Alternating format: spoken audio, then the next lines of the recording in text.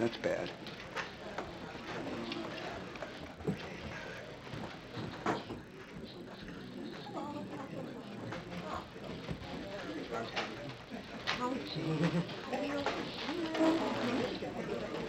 Yeah, right. Don't you, we need stuff from Green Pop. Something that's all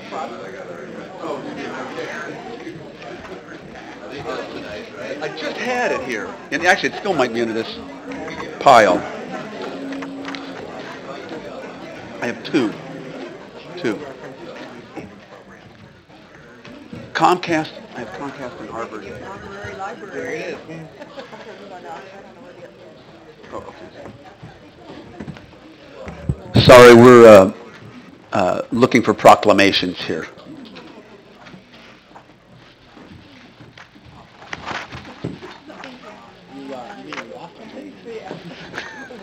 Or shall we make a proclamation? First it was keys. Again.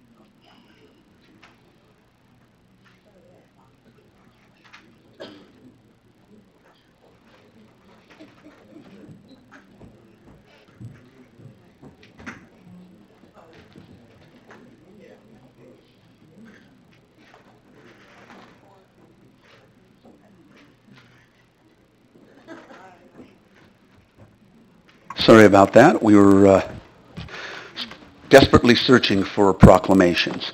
At this point, we're going to go ahead and call the meeting of the City of Bloomington Council to order. If everyone will stand for the Pledge of Allegiance, and please remain standing for a moment of silence. Thank you. I pledge allegiance to the flag of the United States of America and to the republic for which it stands, one nation, under God, indivisible, with liberty and justice for all.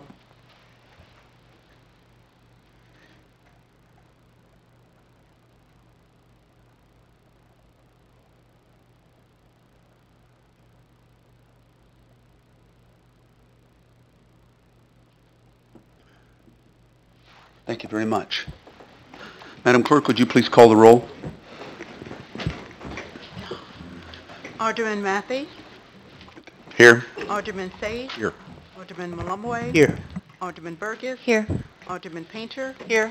Alderman Schmidt. Here. Alderman Black. Here. Alderman Hallman. Here. Alderman Bray. Here. Mayor Renner. Here. Thank you very much. We move right along to our recognitions. And first we start with the recognition of achievement to Eric Veal, Assistant Director of Parks and Recreation and Cultural Arts, for attaining the professional designation of Certified Parks and Recreation Executive.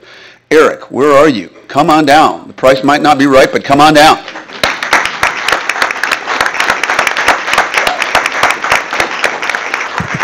On behalf of the city, I want to thank you for all you've done and obviously this great professional achievement. And Jay, as the supervisor, I'll turn it over to you.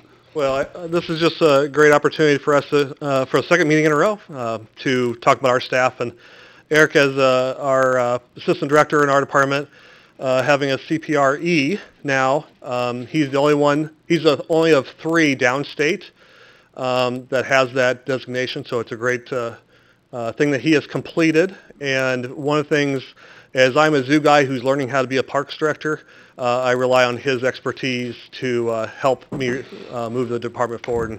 And him and I work very well together, and I don't think we could do all these things we want to do without him in the department. So I just wanted to give him the kudos that he deserved for this tonight. Thank you. Eric, do you want to add anything?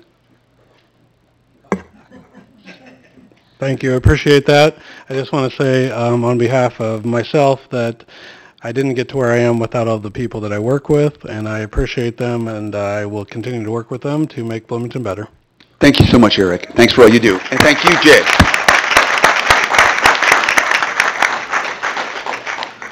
Our next is proclamation and Arbor Day. And is there someone here from the, okay, please come forward. Thanks.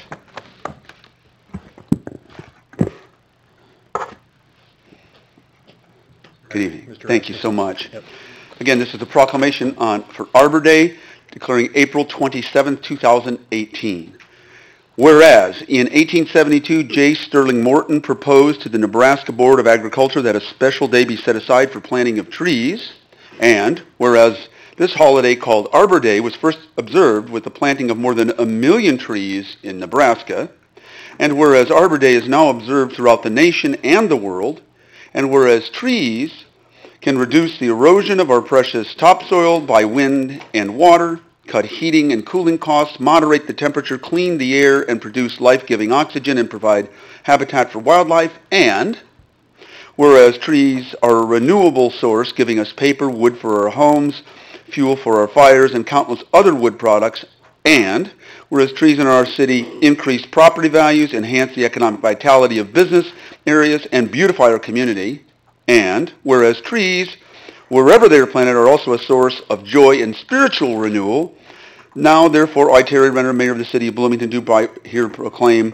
Friday, April 27th, 2018 as Arbor Day in the City of Bloomington, and I urge all residents to celebrate Arbor Day and to support efforts to protect our trees and woodlands, and further, I urge all citizens to plant trees to gladden the heart and promote the well-being of this and future generations. Thank you so much, and congratulations. Thank you very much. Thank you. And as a kickoff to that, we're having a ceremonial tree planting at Fox Creek Elementary, 1:30 on Friday. So everyone's invited for that as well. Great. Thank you very much. 1:30. Awesome. Thank you so much, Jay, and thank you. Next, we go on to Comcast Cares Day. Is someone from Comcast here to accept this? Okay. And sir, your name is? Art Simberski. And your position, if you could? I'm the Government Affairs Manager for Comcast in Central Fantastic. Well, okay. Well, let me go ahead and read this. Comcast Cares Day, April 21st, 2018. Whereas Comcast remains an active, committed, and engaged member of the Bloomington community, as demonstrated by 10 years of Comcast Cares service in local communities and well over 6,000 total hours volunteered, and whereas Comcast supports the core American value of volunteerism through partnerships, grants, and volunteer activities that empower individuals and organize communities, and whereas Comcast Cares Day is a celebration of service and commitment to year-round volunteerism and has become one of the nation's largest single-day corporate volunteer efforts that brings employees, families, friends, and community partners together for a common purpose and mission, and whereas Comcast is celebrating its 17th Comcast Cares Day and has reached important milestones including 1 million volunteers and more than 5 million volunteer hours at 8,800 projects since Comcast Cares Day started in 2001. And whereas Comcast Cares Day promotes a spirit of corporate responsibility thanks to the hard work, dedication, and service of over 100 Comcast volunteers in the Bloomington community. Now, therefore, I, Terry Renner, Mayor of the City of Bloomington, do hereby proclaim April 22nd 2018 as Comcast Cares Day, and thank you very much. And I want to go ahead and give this to you. Thank you. Do you want to say any comments? Thank you, Mayor and Council. We had a great host this year in Miller Park Zoo, and with the 100 volunteers, we were able to add an addition to their chicken coop. We painted the front of the building, the pillars that as you walk in. We did a ton of mulching and just really tried to beautify the zoo a little bit. And with those efforts, it makes their staff be able to concentrate on the animals and not have to concentrate on all the maintenance hours that they normally would have. So we had a great day. The weather was beautiful, and we thank you for the proclamation. Great. Thank you so much. Thanks for your volunteerism and contribution to our community. Thank you. We move next to a proclamation declaring May 6th, 2018 through May 12th, 2018, Municipal Clerks Week. And Sherry, you will be accepting this, if not physically, virtually, but we do have it somewhere. I'm going to go ahead and read this proclamation. The 49th, so next year we won't lose it, the 49th Annual Municipal Clerks Week, May 6th through May 12th. Whereas the office of the municipal clerk, a time-honored vital part of local government, exists throughout the world and is the oldest among public servants. And whereas the office of the municipal clerk provides the professional link between the citizens, the local governing bodies, and agencies of government at other levels. And whereas municipal clerks have pledged to be ever mindful of their neutrality and impartiality, rendering equal service to all. I can absolutely attest to that. I get the evil eye from our clerk, said, all right, Mayor, get moving. Whereas the municipal clerk serves as the information center on functions of local government and community, whereas municipal clerks continually strive to improve the administration of the affairs of the office of municipal clerk through participation in education programs, seminars, workshops, and the annual meeting of their state, provincial, county, and international professional organizations. Whereas the International Institute of Municipal Clerks has sponsored Municipal Clerks Week since 1969, that in 1984 and 1994, President Ronald Reagan and Bill Clinton respectively signed a proclamation officially declaring Municipal Clerks Week the first full week of May, recognizing the essential role of municipal clerks' plans in local governments. Whereas it is most appropriate that we recognize the accomplishments of the Office of Municipal Clerks. Now, therefore, I, Terry Renner, Mayor of the City of Bloomington, do recognize the week of May 6th through 12th, 2018 as Municipal Clerks Week, and further extend appreciation to our municipal clerk and to all municipal clerks for the vitality of the services they perform and their exemplary dedication to the communities they represent. Thank you very much, and thank you, Cherry, for all you do.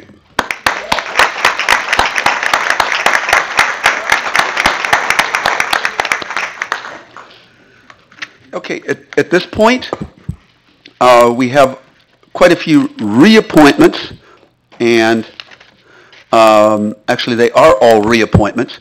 If you are here, would you please stand? Usually the appointment process, just to clarify for everyone, is such that people apply, and then most of our terms start May 1st and end April 30th. Most are 3-year terms. Some are varying terms, but most are 3-year terms. And so if you look at today's date, April 23rd, we're getting close to the end. That's why a lot of stuff tends to get backloaded. That's why we've got so many names. So if you're in the audience, if you would please stand, and if we could hold all applause till the very end to thank people who are willing not only to serve, but to be reappointed to their positions. The reappointment of John Hanson to the Airport Authority Board. Is Mr. Hanson in the audience? Reappointment of Robert Bradley and William Goodman to the Citizens Beautification Committee. Are either of these gentlemen in the audience? Reappointment of Scott Coates and Jesse Smart, I know he's in the audience, former Mayor Jesse Smart, to the Cultural District Commission. Oh, please keep standing, Jesse. Come on, man. There we go. And reappointment of Ann Balin to the Historic Preservation Commission. Ann, are you here? Reappointment of Anthony Jones to the Human Relations Board. Anthony. Reappointment of Soa Shoki and Katrina Murphy to the Bloomington Normal Sister City Committee for Japan. Either of you here? Reappointment of Diane Hollister, Matt Wachinski, and Susan Moore to the Library Board of Trustees. Oh, there you are. Hey, Diane. Good to see you. And reappointment of Eric Penn and Megan Hedian to the Planning Commission. Reappointment of William Bennett and Serena Fish to the Public Safety and Community Relations Board. And reappointment of Angie Ballatini and Renee Bradley to the Transportation Commission. Okay, thank you all for your willingness to serve.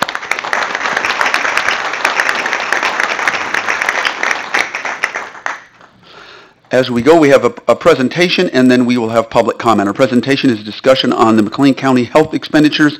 We have a brief presentation by Mr. Bill Wasson, the McLean County Administrator, and then a brief council discussion.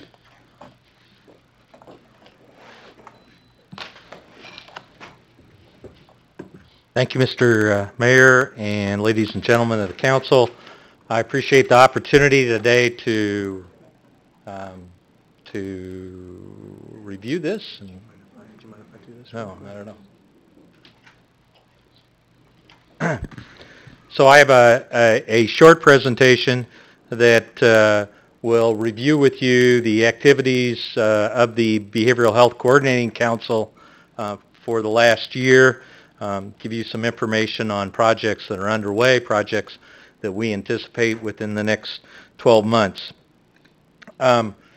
I always like to use this slide, and you'll note it through the remainder of this presentation, that talks about the Behavioral Health Action Plan goals. And you'll notice on the right side of the page, we look at EMS, fire, police, hospitals, jail, and courts. And those are the areas that the goal of this program is to divert individuals from, hopefully in the future to prevent individuals from entering those systems, and do our best for individuals that do end up in that system, one of those systems, that they are not reoccurring patients that are readmitted on a regular basis to any one of those facilities and by any one of those entities or agencies. And I know that the council members are sensitive that many of these things have cost for the community, and everything that we can do from the standpoint of minimizing those costs are beneficial not only to the individuals that we serve, and I must note some of the most vulnerable populations of the community, but are a benefit to everyone because of the savings that are experienced in those systems. So 2017-18. So it's a relatively a short period since the BHCC was formed in mid-2016, and a few things got underway in the first several months for the BHCC that meets quarterly. But beginning in 2017, we were earnestly both responding to opportunities to set up programs, and in a couple of cases we were successful in obtaining funding by the beginning of 2017. The Department of Justice Mental Health Criminal Justice Collaboration Grant was the first program that the BHCC was successful in obtaining. That grant application went in the summer of 2016, and funding was made available by about this time in 2017. And so through that program, We have to date, over the last year in 2017, more than 100 public safety and healthcare staff have been trained in critical incident training.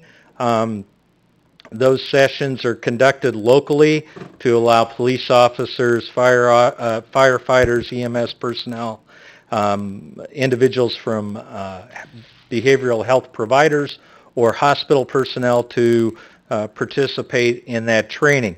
The training does take a week, and so it's a major commitment on the behalf of all those organizations who have provided staff to this program. And that program through the grant will run for another 2 years. And ultimately, we believe we will have all police officers. We're becoming very close with reference to law enforcement officers across the jurisdiction being trained in CIT. And our hope is that also all dispatchers from both Metcom and the city of Bloomington will be trained over the next 2 years in a program that is provided for dispatch personnel. And it really, from a public safety standpoint, this begins to set the foundation as first responders are in the field to be able to assess individuals who may have behavioral illness and to be able to determine the best possible strategy to get them assistance. And many times we hope that that won't be the ED at the hospital, it won't be the criminal justice system, and that we have alternatives in place like the Crisis Stabilization Center at Chestnut Healthcare that can provide assistance for some of those individuals.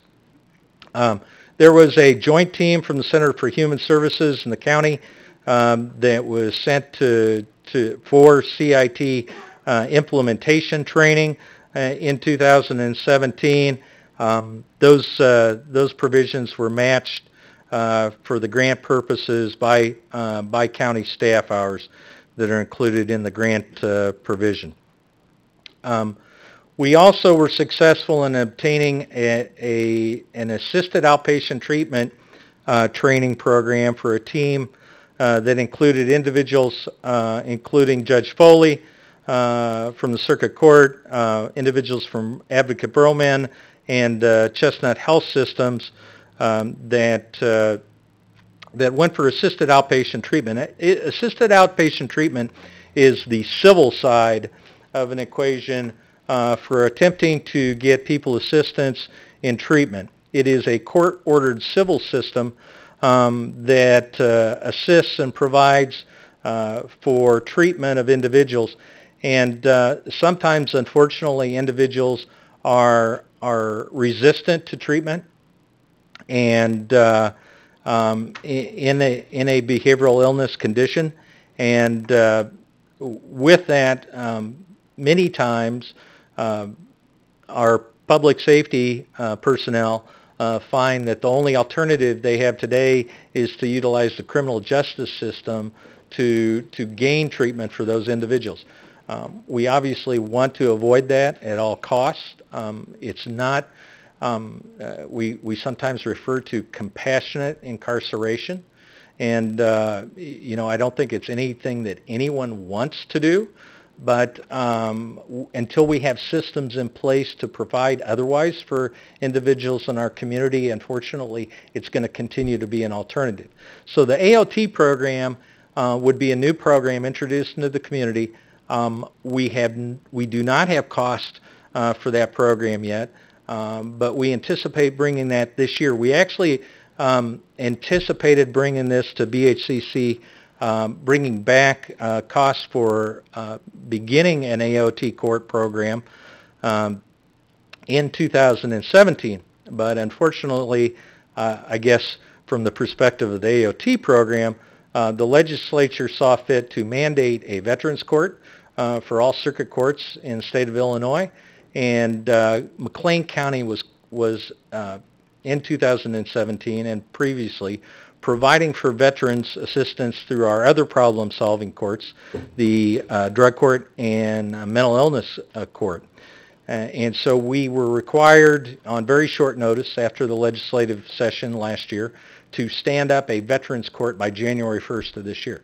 And we did that. And we did that successfully, working with our partners at CHS, at Chestnut, and in the criminal justice system. And that court is functioning today to assist veterans, and we believe that we will bring back a recommendation for establishment of an AOT process in 2018.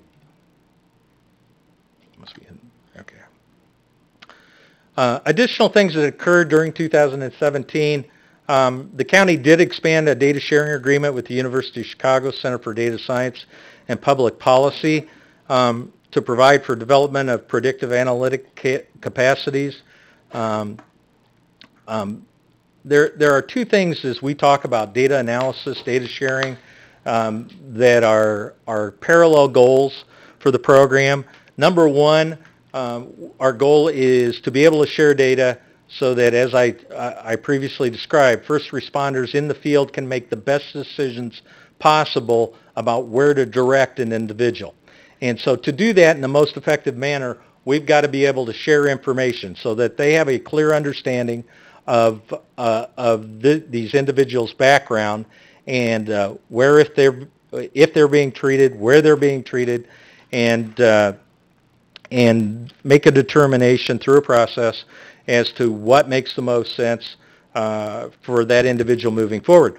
The second item is a much more long-term goal, but it's a goal that we're committed to working with jurisdictions from across the country on, and that is prevention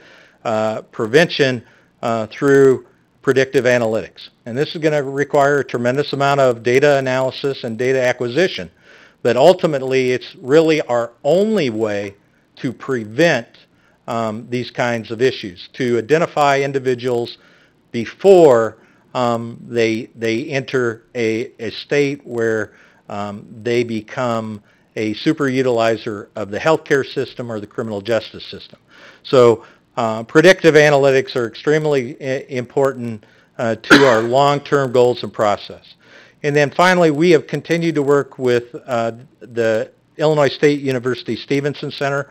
We've been working with them for about 7 or 8 years now under a contract, and they have begun to not only provide criminal justice information to us and analysis of our case management system data, but we have also introduced work on the behavioral illness side as part of their work.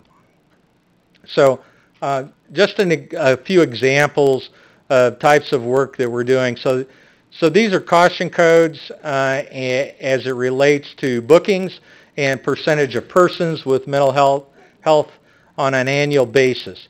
And the big question here was whether caution codes are generally associated with reports from law enforcement in the field.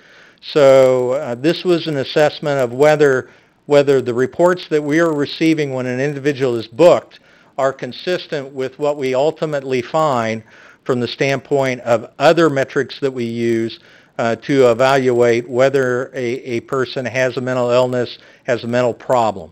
And so the good news from this standpoint is that the caution codes have been very consistent. What they have done, what they show us is that caution codes as a part of the system will add a slight multiplier to the numbers, and that's since it is one of about 5 elements that is included in this. It's exactly what we would expect if the caution codes are relatively reflective of what we're seeing from the other metrics. So that's a good answer, and that's the type of analysis that we're beginning to do. Bookings and mental health issues, as probably you all would expect, you can see that this is the percentage and growth of individuals booked on an annual basis at the jail with mental health illness. And I'm going to be quite honest tonight.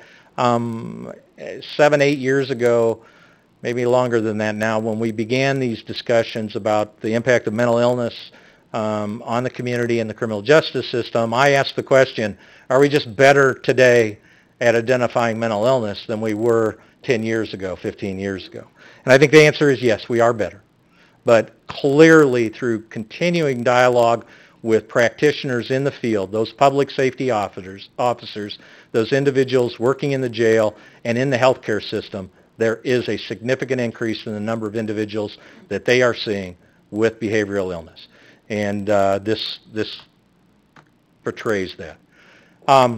This is the percentage of individuals and number of bookings for individuals with mental health issues, as again defined by about 5 or 6 different metrics, and then those that are not identified with mental health issues. And you know, the big impact here is that, as you can see, for individuals that don't have mental health issues, the vast majority of those individuals are booked 1 to 2 times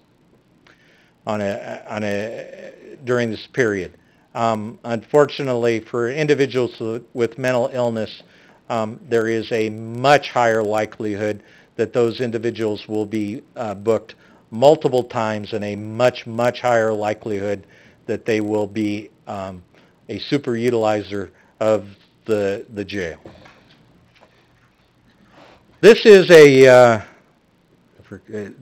density hotspot map of Bloomington, Normal, and McLean County down in the lower left of individuals, and these are persons with mental health problems as associated to the criminal justice system. So this is not reflective of all people with mental illness, because we don't yet have a tremendous amount of the health data that we need to do those evaluations. We're working with our partners in the health field, but some of our challenge is that while we have a very effective spoken hub model for case management here in McLean County, we have all the RMS data from the field officers. We have the data all the way through probation, from soup to nuts, I like to say, for the case management system that the county's been operating for decades now. The healthcare industry does not have a spoken hub model for health information. Each one of them maintains a separate system. They're many times different systems, and so the challenge is for us to be able to evaluate and deal with these. But this begins to give you an idea of when we look at localization, citing of facilities and activities, or to assist jurisdictions in trying to assess where they should place emphasis for assistance and enforcement. Those are the areas that we'd look to. And again, the same for this item, which shows individuals, again, criminal justice persons. This is on an individual basis, as they're reflective of McLean County and those that entered in the criminal justice system. And I'm not going nearly fast enough. I apologize. The community was selected for as one of 4 jurisdictions, along with Clark County, Nevada, Salt Lake City, Utah, and Columbia, Missouri, to participate in a program with the Corporation for Supportive Housing and the Lord John Arnold Foundation for data sharing. That program has been ongoing for about a year. The goal, again, is data sharing and combining both housing and criminal justice data. We've been working with PATH over the last year. They've been a great partner. County's been able to provide some assistance relative to information systems and hardware. And we've worked with a national software provider that provides a vast majority of the HMIS data for local entities across the country on setting up software provisions for this data sharing. So I think there'll be a benefit to communities across the country for that program. And we provided a readiness incubator for a frequent users program for, I think, 10 nonprofits here in the community as part of this program. The tool is still in testing, the data sharing tool, and so I've just got a couple of screens. You know, we've got some diagrams here that start to show the population, and you can't, these are demonstrations, so they don't show the reality of the community right now. We have not been able to download data yet. We believe we'll take possession of the tool by June, and so those are examples. You know, with the Venn diagrams, I suspect we're going to see we're going to see a much closer relationship to those two, and our hope is to bring in behavioral health in the near future. These are two draft documents that I've provided to you, but they show our work with Loyola University's Criminal Justice Research Policy and Practice Center, and we have through them gained access to state data that will provide us with information about McLean County. And as you can see, while parole is actually declining, individuals on parole in McLean County is declining. Adults in prison have risen slightly, and adults on probation have risen significantly over the last, 17 years. I think a large part of that is our attempt to try and make sure that individuals stay out of jail unless they are a threat to the community.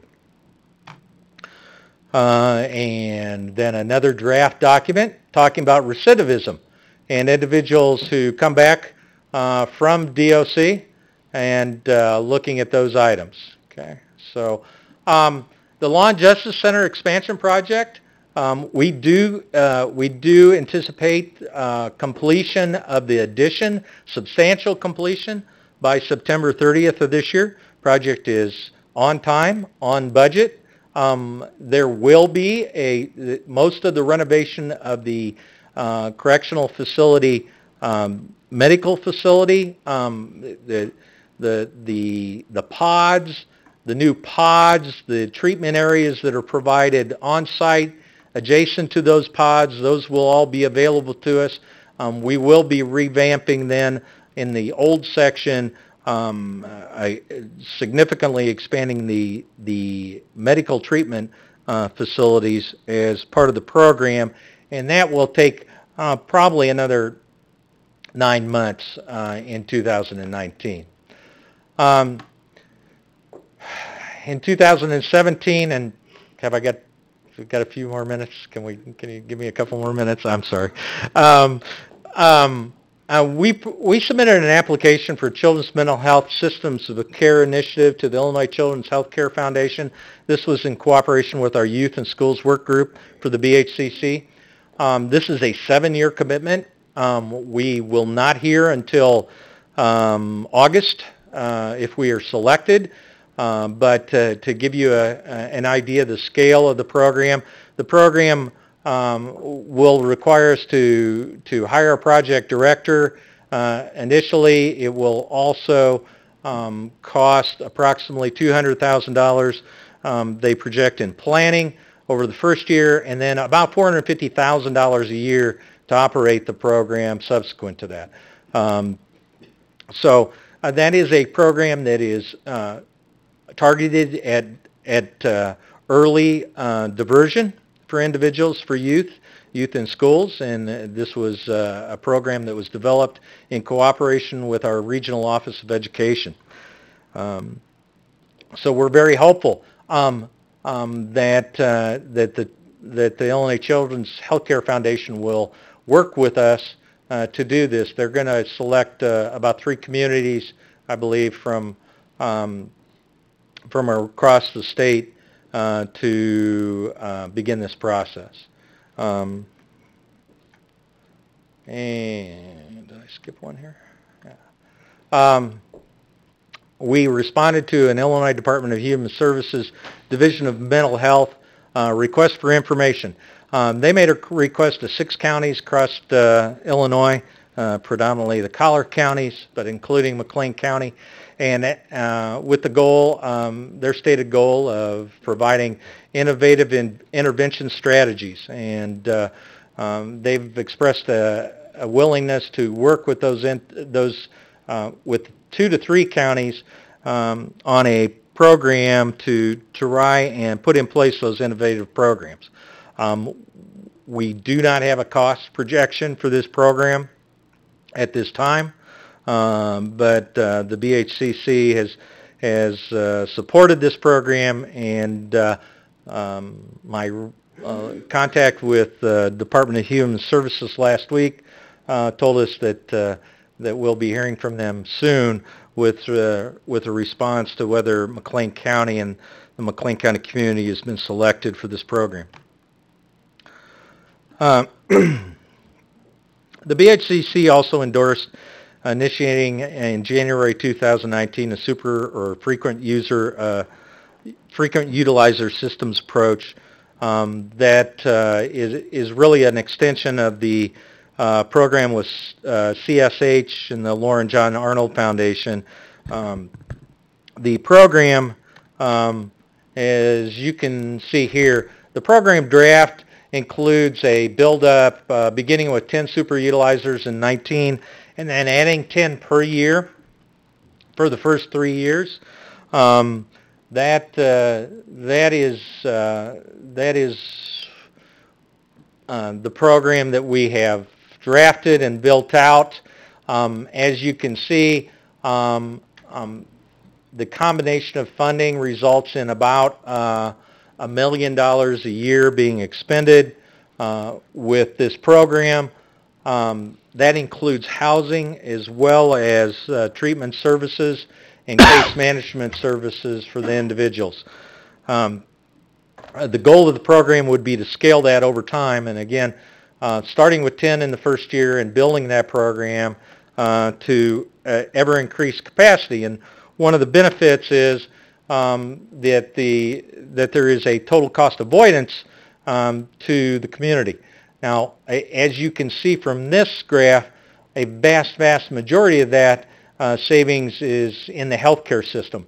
And so we're working through that. The healthcare system does include ambulance and EMS response as a part of that healthcare cost, but that is a large portion of the savings that would be experienced by the community through this program.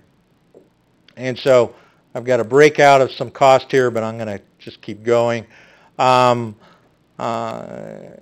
We did receive a SAMHSA Technical Assistance Grant to send a team for best practices implementation to prepare for the implementation of the Frequent Users Program. And they just came back from Virginia, and they are full of ideas. And most recently, SAMHSA issued a request for proposals for an assertive community treatment program. This is a program that is extremely expansive programming. If you look at that diagram, everything on the left-hand side is what an ACT program would provide for individuals. And I can say that it is a relatively high-cost program. The staffing alone costs $750,000 a year, and housing, medication, overhead costs are obviously also involved, but those are challenges that we see. Our goal has been, continues to be, attempting to identify and prepare the metrics so that we can establish sustainable programs that just aren't paid for a year or 2 years or even 20 years, that these are programs that will be able to be put in place for the long term for the community.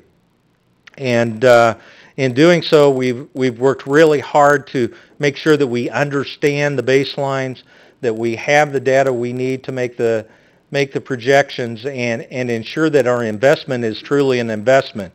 But as you can see, we are beginning the process to bring several programs, either with outside assistance or funded directly by local contributions to the community. And I will be happy to answer any questions. Well, thank you for that thorough report. And at this point, questions of Mr. Wasson. Let's see, Alderwoman Painter, sorry. Well, I just wanted to thank you very much, Mr. Wasson, for this very informative presentation. And what I appreciate so much about this approach is how you are carefully laying the groundwork for a sustainable outcome moving forward. Thank you. Alderwoman Schmidt. Thanks. This is really an ambitious program, and I'm proud that our community is coming around it. Can we get a copy of this? Surely. I think we've already provided an electronic copy to the staff. Okay. You had mentioned that that we've gotten better at identifying mental illness. I also have this idea that the state and federal funding in support of the safety net, so to speak, for mental illness has also dwindled at the same time. Am I correct? Yes, you are absolutely correct. All right, You know, we tend to say there's no use blaming blaming what's preceded us. We've got to solve the problems, but unfortunately, much of the funding and programs that were historically provided by the state of Illinois have went away, and somebody's got to step in. And so I think all of us with this initiative have accepted that there needs to be work done, and that this community will do that work. Well, I think you're establishing a hallmark program. So thank you. Alderman Black. Thank you. Thank you, Bill. Right out the gate, is there going to be a plan to maybe bring these types of conversations and updates to this council and normal on a more ongoing basis? Yeah, we have offered annually to do this. I think we did make a presentation to normal last year. We're making a presentation to you this year. We said we've offered to both entities. I think it is helpful. It's helpful to understand where we've been and where we can go. And yeah, unfortunately, we could spend hours on this. I appreciate the time that the representatives on the BHCC and the CJCC spend on this issue, and there is significant value that both aldermen that act in those responsibilities provide to us as part of this process. Absolutely, and I would just say that I would echo the concerns that you're sharing about the federal and state level funding going away and those deep concerns, and I would just add on that I think it's disgusting that our federal and state partners don't fund these programs, leaving the problem for us to solve financially. And as our budgets continue to dwindle, we don't have the luxury of just pushing this problem to somebody else. These are our neighbors, this is our community, and if the state and federal government can't step up, then I don't understand how they continue to get those high reelection rates. I do want to acknowledge that we are getting some positive responses, and I don't think anybody can disagree with the fact that there have been reductions in funding over the long term. But the Department of Human Services Mental Health Division with the state of Illinois has expressed a willingness and a desire to participate. SAMHSA has been very active with us over the last 2 years. And we hope to be able to leverage and learn, just as we did with our problem-solving courts, first drug court, and then our mental health court at the county. We were able to leverage grants that could assist in expanding and scaling projects. And we also learned how to most cost-effectively do it. Many times the grant requirements will necessitate much higher costs, but over time we learn what we need to do and how to do things better. And so those grants many times, and I will tell you, we're going to be out there beating every bush, trying to find opportunities to bring additional revenue to these programs so that we can scale quicker and that we can be more effective in our analysis and development of these projects. Absolutely. And I love your passion on this project, and I just remember when we were having this conversation initially when it came to sales tax revenue, one thing that really struck me and stays with me today is that the folks who are impacted by these programs will never be here advocating for themselves. Yeah. And it's incumbent upon us as community leaders to make that happen. So I appreciate your hard work, and thanks for the update. Thank you. Alderman Miller-Wampoy. Okay, thank you, Bill, for your passion for this project, and I'm really impressed with how the county has taken over this situation and to try to solve it. If I remember correctly, so the agreement for sales tax is about 20 years, right? That's correct. Okay. So, and I know you've talked about sustainability, and I'd like to know what is the outlook beyond those 20 years? Well, I think just as I just stated, we're going to have to learn. We're going to have to learn as we build this program. Our intention is to put together a program that can be sustained beyond the 20 years when local funding is dedicated to it. To do that, we have to be both smart and we've got to be effective. And so that's been a lot of the conversation relating to development of the metrics and understanding where we are today. If we don't understand where we are today and we have the data, I mean, we can throw money out there, but we won't know how successful we have been or have not been in the process of development of these programs. I think the 20-year program, first of all, obviously provides for the debt service for the Law and Justice Center expansion. That's a necessity for it to be 20 years. But I think 20 years provides sufficient time for us to learn. And I've discussed a couple programs where experts in the field have said, this is an 8-year program, right? To get there, develop it, establish it, learn about it, and learn what works in our community, because not every community is the same either. So I think the 20-year period provides that opportunity. It provides for us to invest, and it also provides for an opportunity for us to learn. But it's going to be a challenge no matter what. Other questions? Okay. Thank you very much. Thanks for all you do. Appreciate that. Next, we're going to move to public comment. And just to clarify, if you do have actual issues that you want to have addressed and want to talk to myself or staff or others, you certainly are welcome to the Mayor's Open House, which happens every other week right over there in the fishbowl. Public comment, we don't respond. So we have more than a half hour's worth of people who want to speak. We're going to start with some of the people who were unable to speak last time. We're going to start the clock in just 1 second. But what I would ask, I will read these in groups of 3. And that's only for the special meeting, so you don't, unless somebody didn't get to speak at the last regular. That's correct. They didn't get to speak at the last regular city council meeting, right? And I did talk to them before this meeting. So essentially, you have up to 3 minutes if you, I would ask, especially if you're talking about the same topic and you're being repetitive, in the interest of having as many people as possible coming forward, I'd ask that you keep your comments as succinct as possible. If you don't really need your 3 minutes, it would be a nice gesture to others to not use your entire 3 minutes. So we're going to go ahead and start now, and we're going to start with John Binning and Terry Kirby and John Brandt in that order. And so this is the first, and so we will start at the clock at 8:53. Excuse me, 7:53, not 8:53. We're not there yet. Sorry. Go ahead. Mr. Mayor, members of the council, thank you for giving me this opportunity.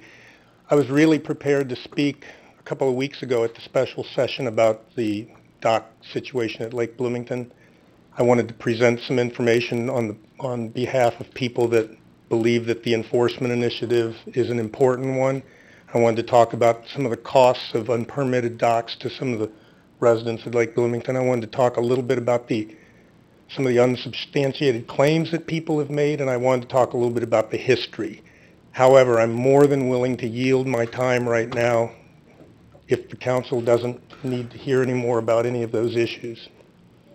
Well, again, sir, that's up to you. You can't yield your time to another person, but if you... No, I'm willing to give my time to the common good. Okay, all right. Well, thank you so much. You've heard what I have to say. All righty, okay. Those were my topics. Okay, thank you very John. much. I appreciate it. We go to Terry Kirby, John Brandt, and then Tom Miller.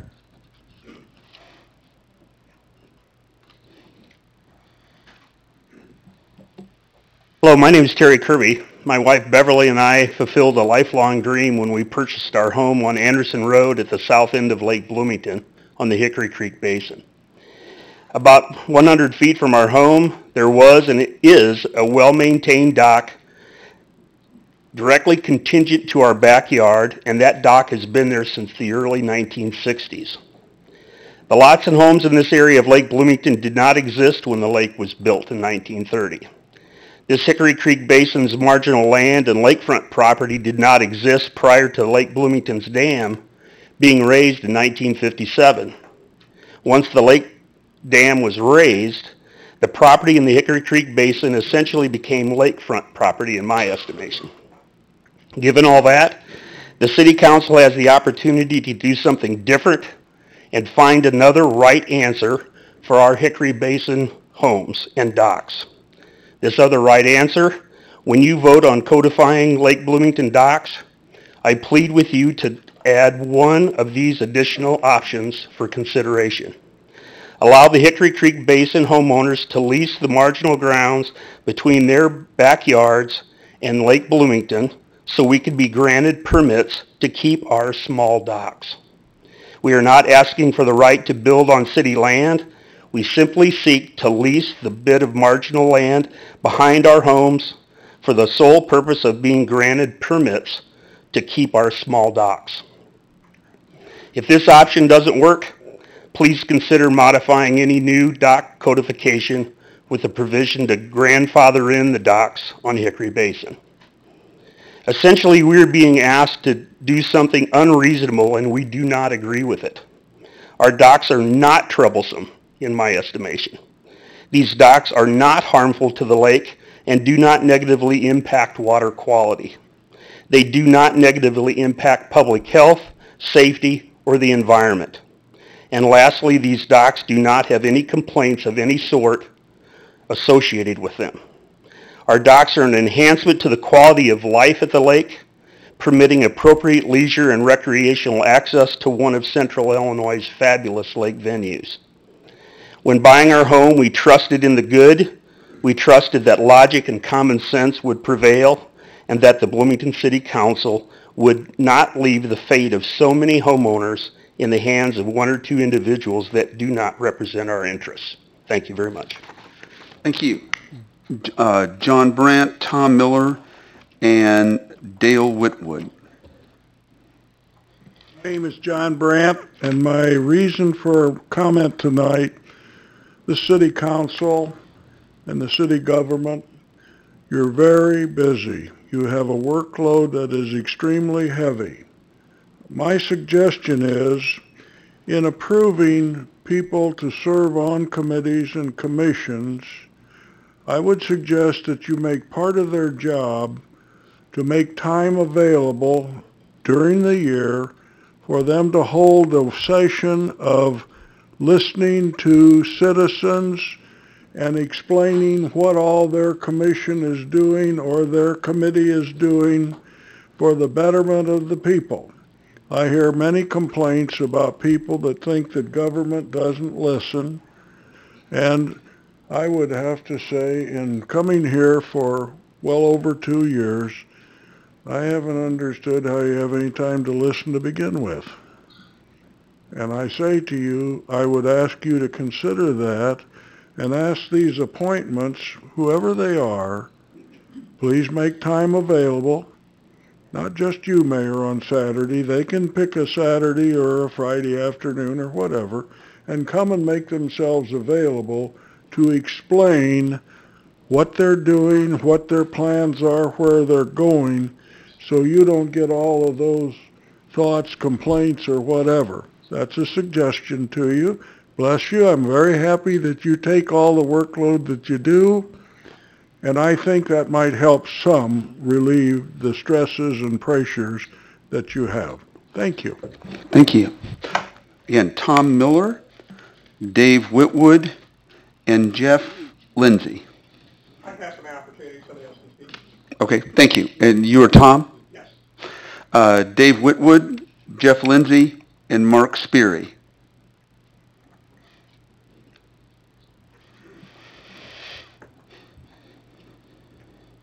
Hi, my name is Dale Whitwood. Oh, Dale, I'm sorry. Yeah, Dale. that's fine. And I'm up here to talk about the docks, believe that or not. My wife was up here speaking last week and did a great job. I probably won't do as well. We've had our dock there for 12 years, the lot for 26 years. And we took a permit out. We went through all the processes that the city had at that time that we were supposed to do. and we have done them. I talked to all my neighbors at the time when I did it that I shared the easement with, and my neighbors that had the houses there, and what we were wanting to do, and everyone was fine with it. 12 years later, now the city is wanting to remove. I think the city council needs to think about themselves and not what the city staff is telling you guys that you should do. This is a big impact on everyone's life that has a dock out there because it's part of our lives, our family. Thanks a lot. Thank you very much. Jeff Lindsay, Mark Speary, and Ryan Esposito. Good evening, Mayor, Council. Thank you for your time. Thank you for all your hard work. Most importantly, thank you for the decision that you made at the special meeting on April 9th.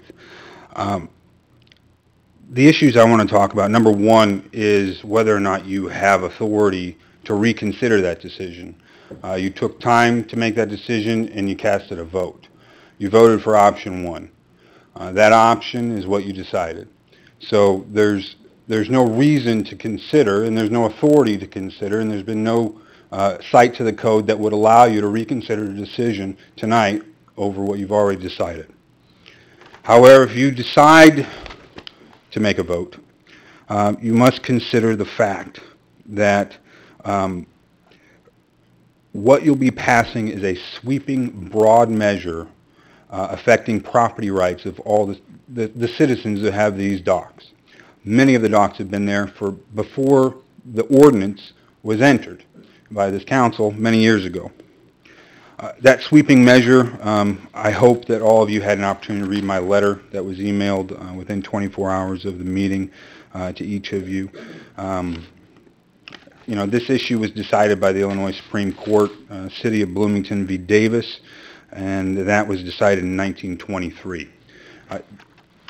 Resolutions by this council have to be specific, and they have to identify the specific locality and other descriptive actions of what you're doing. There's nothing in the code that says that the City of Bloomington can't simply use the code that's already established to issue violations if they think a violation is appropriate.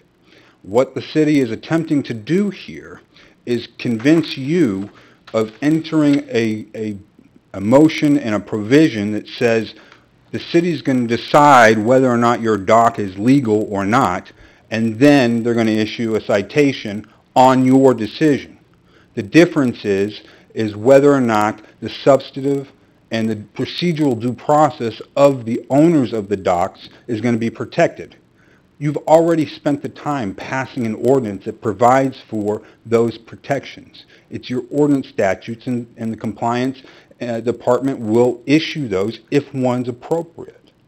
The difference is your decision, if you decide to move on this resolution, is the fact that they're asking you to decide, let them decide whose docks are lawful or not, and then issue them a citation for not removing their dock, as opposed to issuing a notice, and then we get to the issue of what was the policy? Was the permit issued on a handshake? Was it issued on an email? Was it issued on a permit? All of these factual bases need to be considered. Thank you. Thanks. Next we have Mark Sperry, Ryan Esposito, and Betty Toland. Hello, I'm Mark Sperry. I am here to talk about, I'm not here to talk about docks at all. I'm here to talk about item number F on the regular agenda. I am one of the owners of Mechanical Devices, which is east of the property that you're looking at putting the Circle K. And for 50 years, Mechanical Devices was located on Oakland Avenue, next door to Ace Liquors. And we run a machine shop that's operating heavy equipment, metal cutting, and I've lived firsthand through my parents the aftermath of being next door to a liquor store. I know that Circle K is not going to be a liquor store, but by selling liquor and having their operation on the adjoining property line for the daycare, I think is wrong. I support what you want to change here on this ordinance, and I ask that you, the city council and the mayor, support what's laid out under item F, because I think it's good for the community, and I think it's good for the property owners in that area as well. And I don't have grandkids, but I raise kids, I use daycare, and I, for one, would not want my child playing outside on a environment that's right next door where you share the same property line selling alcohol. So I really would like to have everybody's support on item F today. Thank you. Thank you very much. Next we go to Ryan Esposito, Betty Tolland, and Sue Feldkamp. Sue wanted hers pulled. Oh, Sue wanted hers pulled.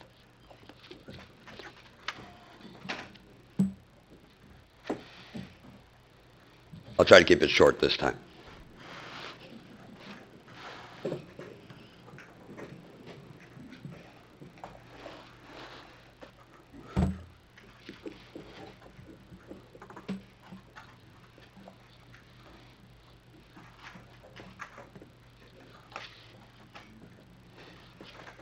Tell him he can begin.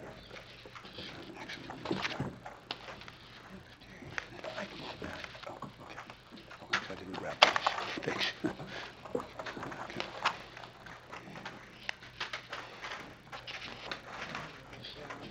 Try to. Yeah, there's just one.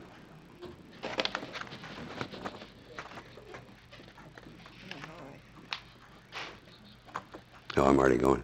What you guys are all looking at is a FOIA that I submitted. Two things about this dock issue that have bothered me since day one is that I've been told that it's a water quality issue because of the boats, and that I don't have a permit. So the picture that is being passed around is a picture of the docks that the city of Bloomington installed last fall, after this project had already started. The FOIA, as it states, the very first question I asked is how many permits are there at Lake Bloomington right now? There are 32.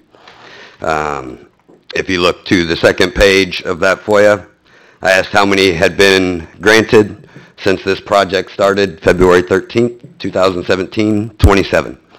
So when this started and was first brought to council, there was 5 total permits on the lake.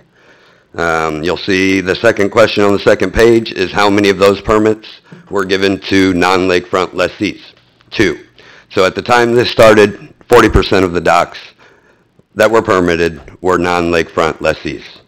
As you go through the spreadsheet, which is what I got attached to my FOIA, you can see a lot of them that are highlighted. Some of them say permit not required, but permit for a past structure was obtained. So I just think you guys should be aware that it's not just the 16 of us that don't have permits for our docks. Thank you. Thank you very much. Betty Toland, Scott, excuse me. Didn't you say Betty Toland? Sue Feldkamp was. I'm sorry. So it's Betty Toland, Scott Steimerling, and Carol Rayner. My name is Betty Toland. I'm talking about the Liquor Commission, item F. First of all, I want to thank the Liquor Commission for wanting to pass an ordinance which prohibits liquor sales next to daycare centers and schools. As a young man on that commission said, it's the kids. And I agree completely. As a mom, I hate to think of any business selling liquor near a school. And as a grandmother, it's scary to think of a place selling alcoholic beverages next door to a daycare center. We need to protect our children, those who have no voice, and those who cannot talk to the council. If we don't protect them, who will? We have a good community. We need to keep it that way, and we as citizens need you, the council, to govern our community in a way that encourages wholesome values and promotes responsible behavior. Liquor sales and daycare centers simply do not go together. It's incongruous that these two businesses would be adjacent to each other, especially separated by only 100 feet.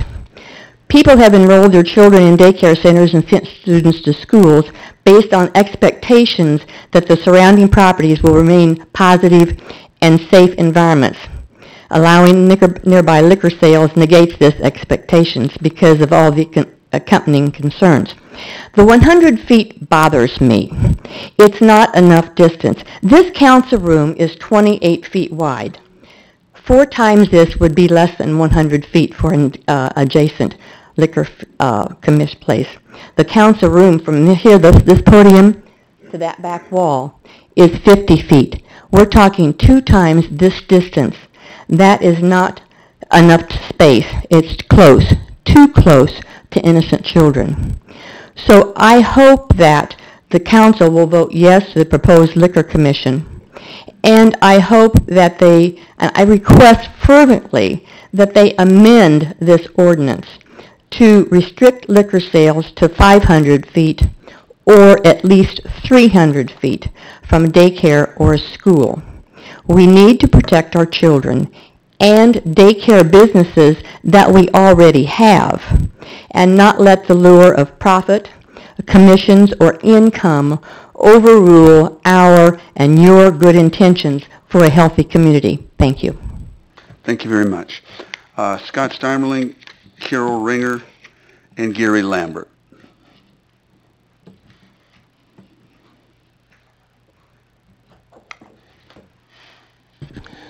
Scott Steimerling, Ward 5.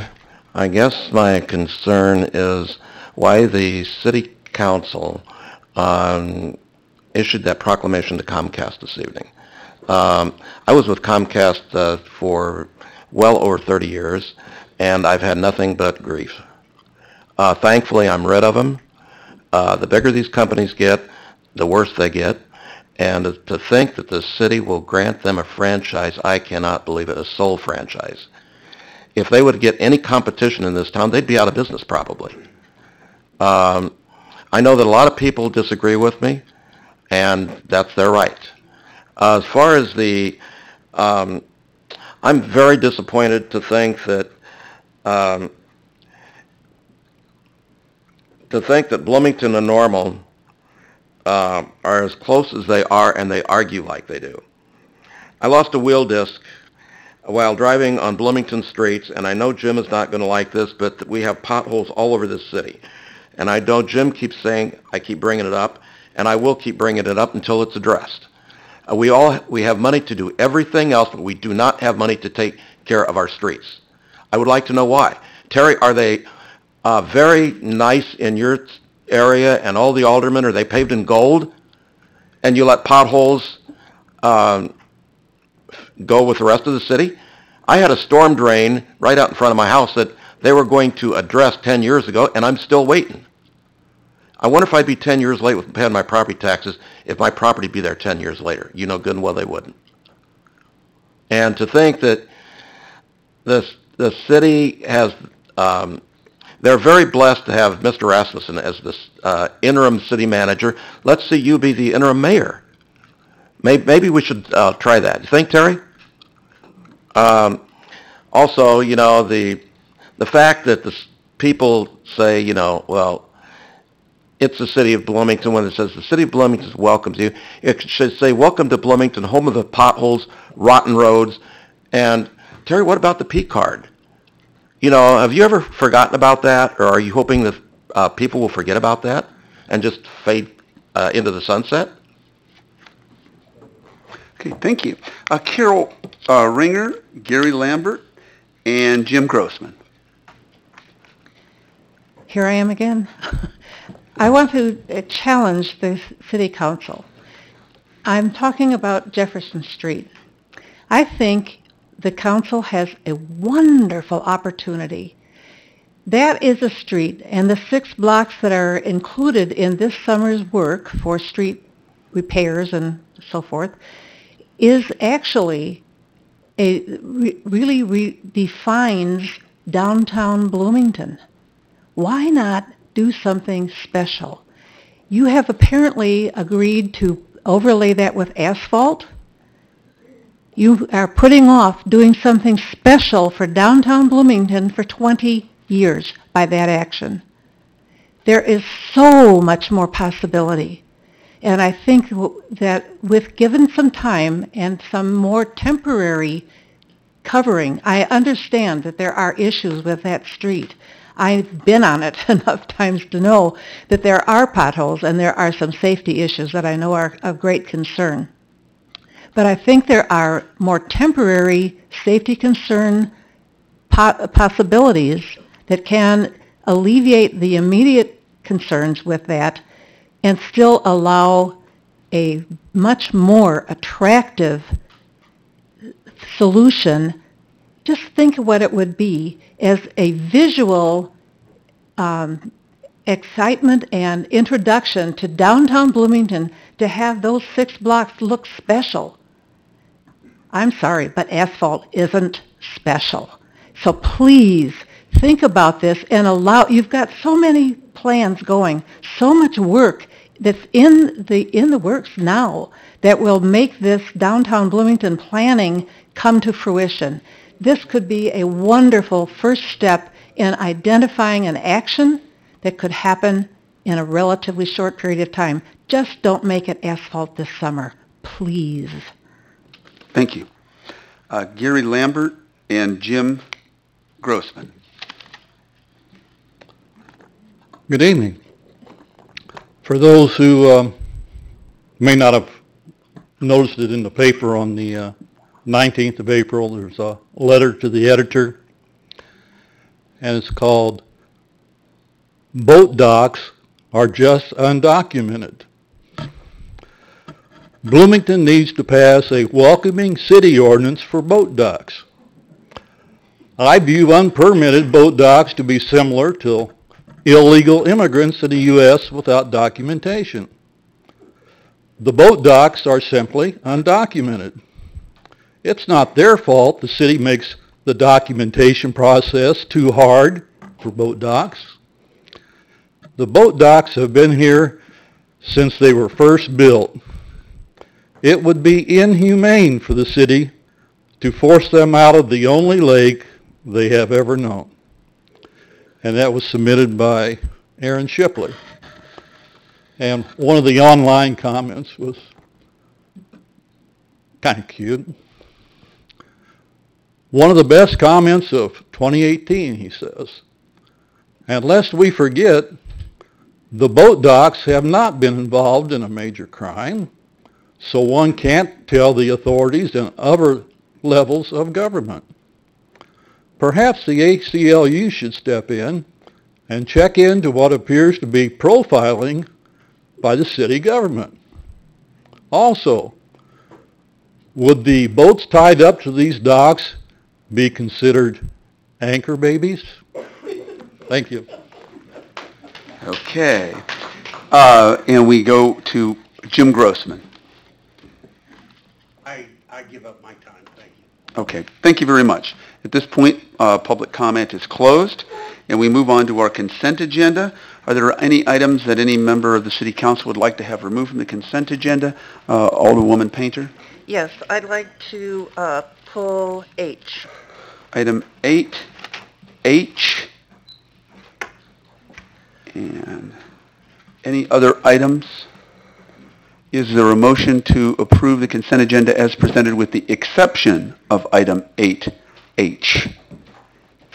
Mayor, I'll make that motion. Moved by Alderwoman Schmidt. Is there a second? Second. Second by Alderwoman Painter. If everyone will go ahead and vote, please.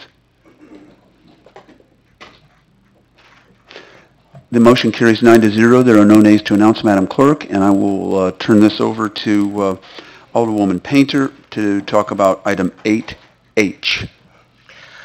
Well, this is the third year in a row that I'm going to ask the same question. Why are we paying to haul all of this compostable material to a local farmer, and then we pay him, which amounts or has the last couple of years about $35,000 to lay this enrichment on his soil? I mean, the city has farmland. Why don't we put it there for free? Or it was mentioned one time that you could take it out behind the firing range and burn it Why don't we do that? So in answer to that, a couple things that we've looked at in the past. These are the similar things that we've looked at. We love it when people compost. Any of their grass, their kitchen waste, all of those things can be composted locally in your backyard. So all of that still remains. For us, though, $35,000, what we have found, we have not found cheaper alternatives. Whenever we look at the firing range, that was something we had talked about as staff for some of our brush, some of our leaves. As we looked further into that, that can still be problematic with the IEPA. We were hoping that that might not be an issue. We have found that there was some hurdles we had to get through that we wanted to at least allow for some time to look into that. I'm still hopeful long term. I'd still like to look at something with some of our brush. From a composting standpoint, it is ideal when you can compost some of that material. Problem is currently we have no permitted composting place in the city of Bloomington. That is something that is in the 20-year solid waste plan. The town of Normal does haul their leaves up to the ISU farms, even further away, but it is not just, and they also pay. They'll also pay for their leaves to be disposed. One facet, though, is that even if we took it to our own farm, some of the issues for us is you have to distribute that. You have to take that and you have to still land apply it. That's really the essence of the problem for the leaf disposal. Finding a farmer that's willing to take it and then one that's willing to, again, spread that. They have the right spreading equipment to be able to do that for the grass and leaves. So that's why also we went out for public bid. We'd love to be able to have some additional people to be able to speak into that, but we are thankful that we do have a farmer that is willing to continue participation, that has been good to work with, that has also an accessible farm, because some say, oh great, haul it right into the middle of the field, spread it for us, and we'll take it. Well, we don't have the equipment. We also have to be careful with our trucks. Once you get off-road, they sink, they have problems. We have to have a hard place to be able to dump. So we still are open and want to find other alternatives, but we have not found something cheaper than what we're providing to you tonight. Okay, thank you. Yeah. Okay. All right. Is there a motion on item H? I'll make that motion. Okay. Moved by Alderwoman Painter. Is there a second? Second. Second by Alderwoman Schmidt. Again, if everyone will vote. Motion carries 9-0. There are no nays to announce, Madam Clerk. Thank you very much. We move on to our regular agenda, and we have item 9A, consideration of the purchase of 100 complete sets, jacket and pants, of Globe Custom GX Stream 3.0 firefighter turnout gear in the amount of $282,203, and I'll turn it over to our chief. Good and we're bringing this to you primarily because of the dollar amount. Yes, thank you, Mayor, City Council. Tonight I'm seeking the approval of purchase of 100 sets of firefighter turnout gear. Firefighting has always been a dangerous occupation. Most of my career training has been focused on how to manage risk and how to minimize risk. Typically, this was focused on firefighter survival operating in the hazard zone or operating in an environment that is immediately dangerous to life and health. Over the last 10 years, there's been an increased focus on the relationship between firefighting and cancer. NIOSH, National Institute of Occupational Safety and Health, reports that firefighters have a 14% greater chance of dying from cancer than the general public, and are twice as likely to get skin cancer, testicular cancer, or mesothelioma. Why? Research suggests that an increased exposure to known carcinogens in smoke contributes to these statistics. Chemicals from smoke permeates our PPE. Chemicals from smoke, the gear that is designed to protect us from fire becomes contaminated with these contaminants and then are absorbed into our skin or are off-gassed and inhaled. We can reduce the risk by decreasing or limiting our exposure to these chemicals. By using, we have many policies already in place to limit our exposure. By using decon wipes to remove soot from our face, our neck, and our hands during rehab at fire scenes, replacing contaminated hoods with clean hoods during the recycle and rehab operation, removing gross contaminations from our gear on scene before returning to the station, keeping contaminated gear out of our living quarters and out of our apparatus, good laundering procedures of our PPE as well as our uniforms, and then last but not least, showering as soon as possible following an exposure. Contaminated PPE needs to be laundered after every exposure to a working fire or live training exercise. These 100 sets of turnout gear will provide every line firefighter a second set of turnout gear, allowing for immediate replacement of our PPE following to help manage and reduce the exposure to contaminations. And I'd be happy to answer any questions at this time. Questions of our chief? There. Thank you very, excuse me, Alderman Matthey. Chief, I mean, I completely understand that you guys need these. I think the United States has some of the most lax laws in the world, or the modernized world, in terms of what chemicals we allow in building and products and consumer goods and stuff.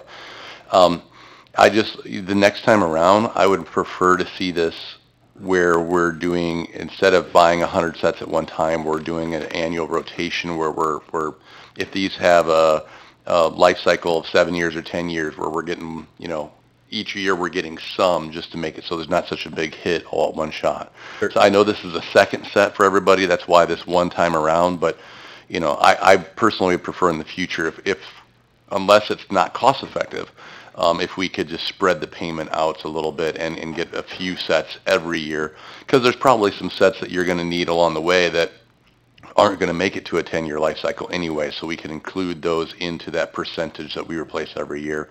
Otherwise, I think this is completely necessary. So Certainly, and just to address that, in the past, we were at a 5-year replacement program.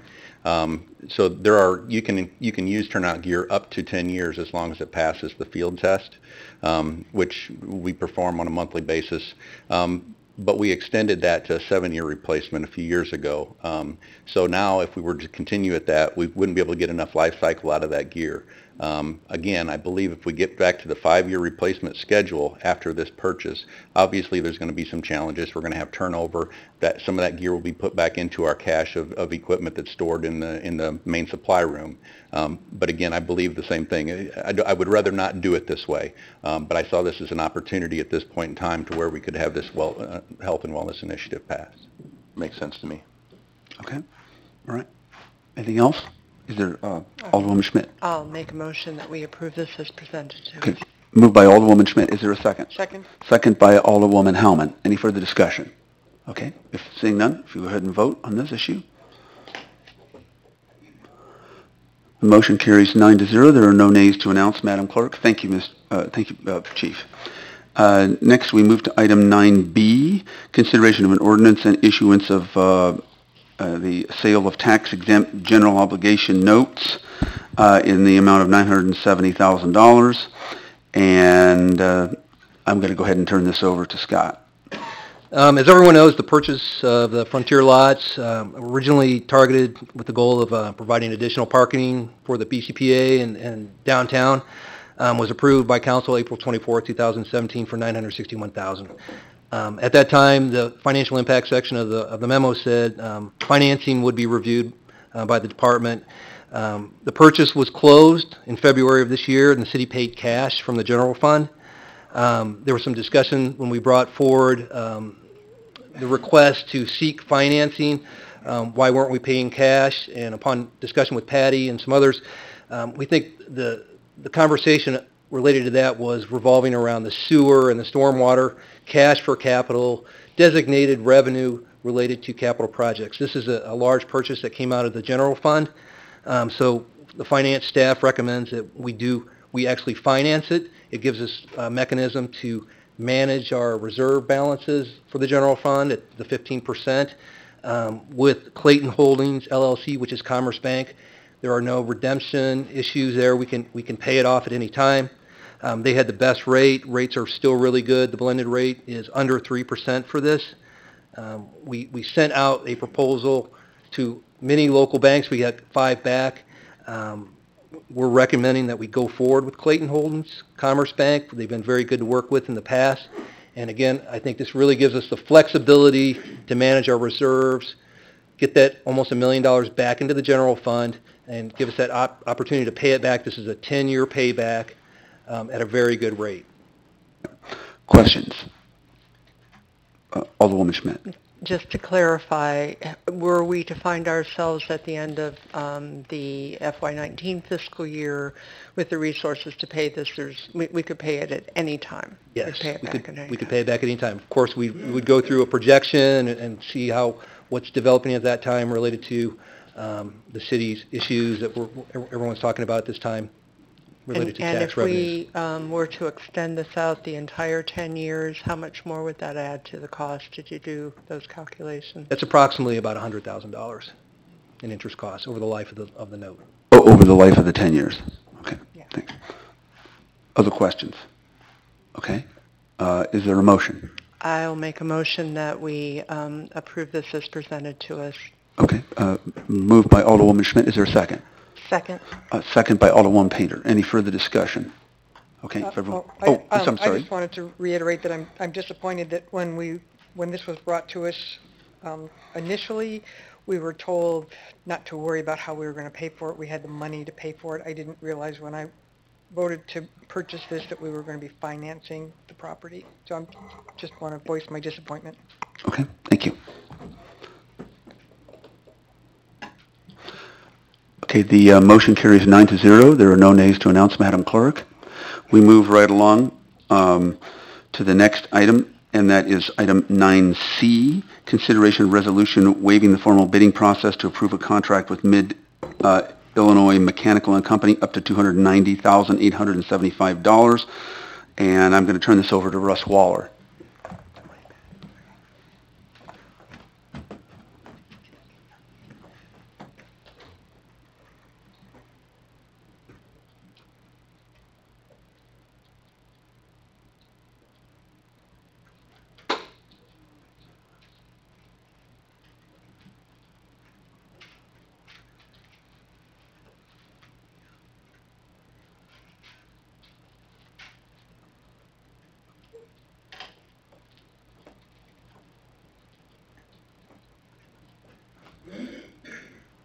All right. Sorry about the delay. So tonight I'm presenting on the replacement of the brine piping system, or some of the brine piping system at Pepsi Ice Center and the Grossing Motors Arena. Just for some clarification, this project was bid. We did bid the project. We did not receive any bids. So then we went out to one of the vendors and negotiated a price. Basically, as indicated in the memo, it was just poor timing. They had a lot of projects going on, and so we didn't get any bids from that reason. Just a little explanation of how a typical ice floor is constructed, a pictorial here.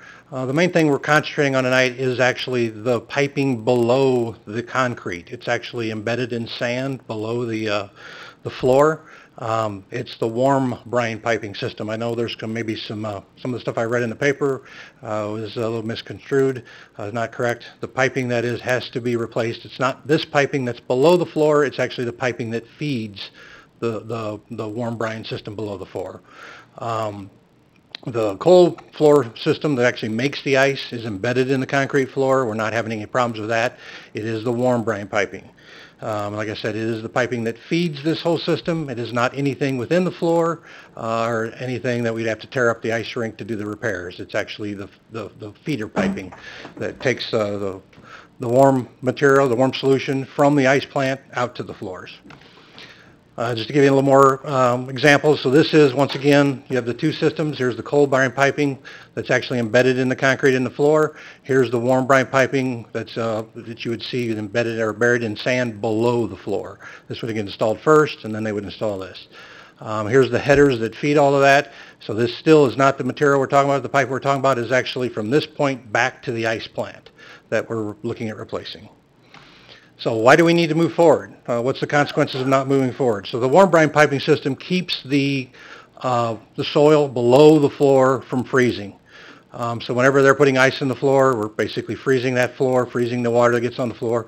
Over time, if you do not warm the soil and keep the soil from below the floor from freezing, you'll have this, which is frost heave. Basically, the soil will eventually freeze, continue to freeze, get deeper and deeper, and eventually you could result in basically the entire floor being destroyed.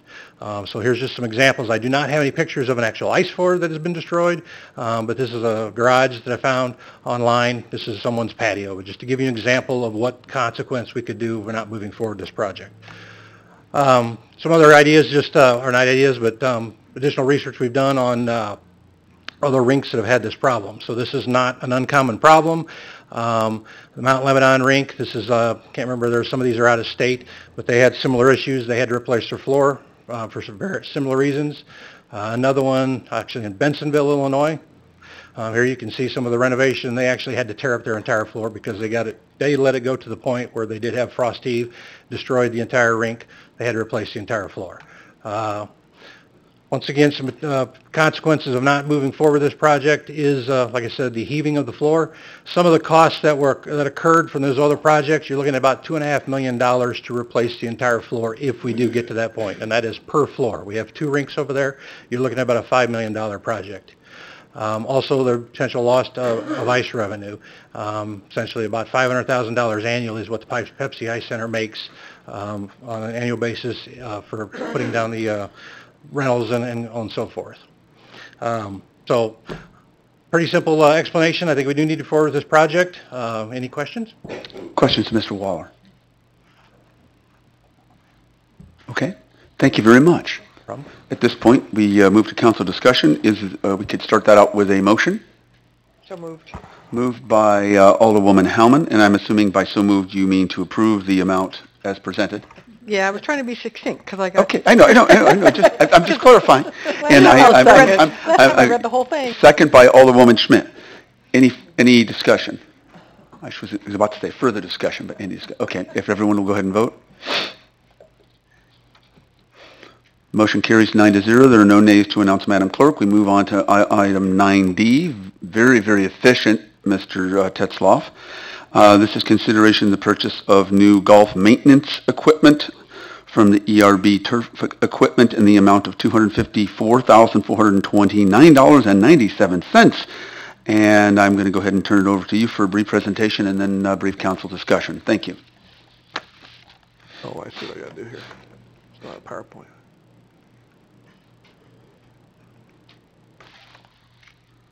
You guys can see that. So I'm trying to be very brief here. This is money that was budgeted in this year's golf enterprise fund.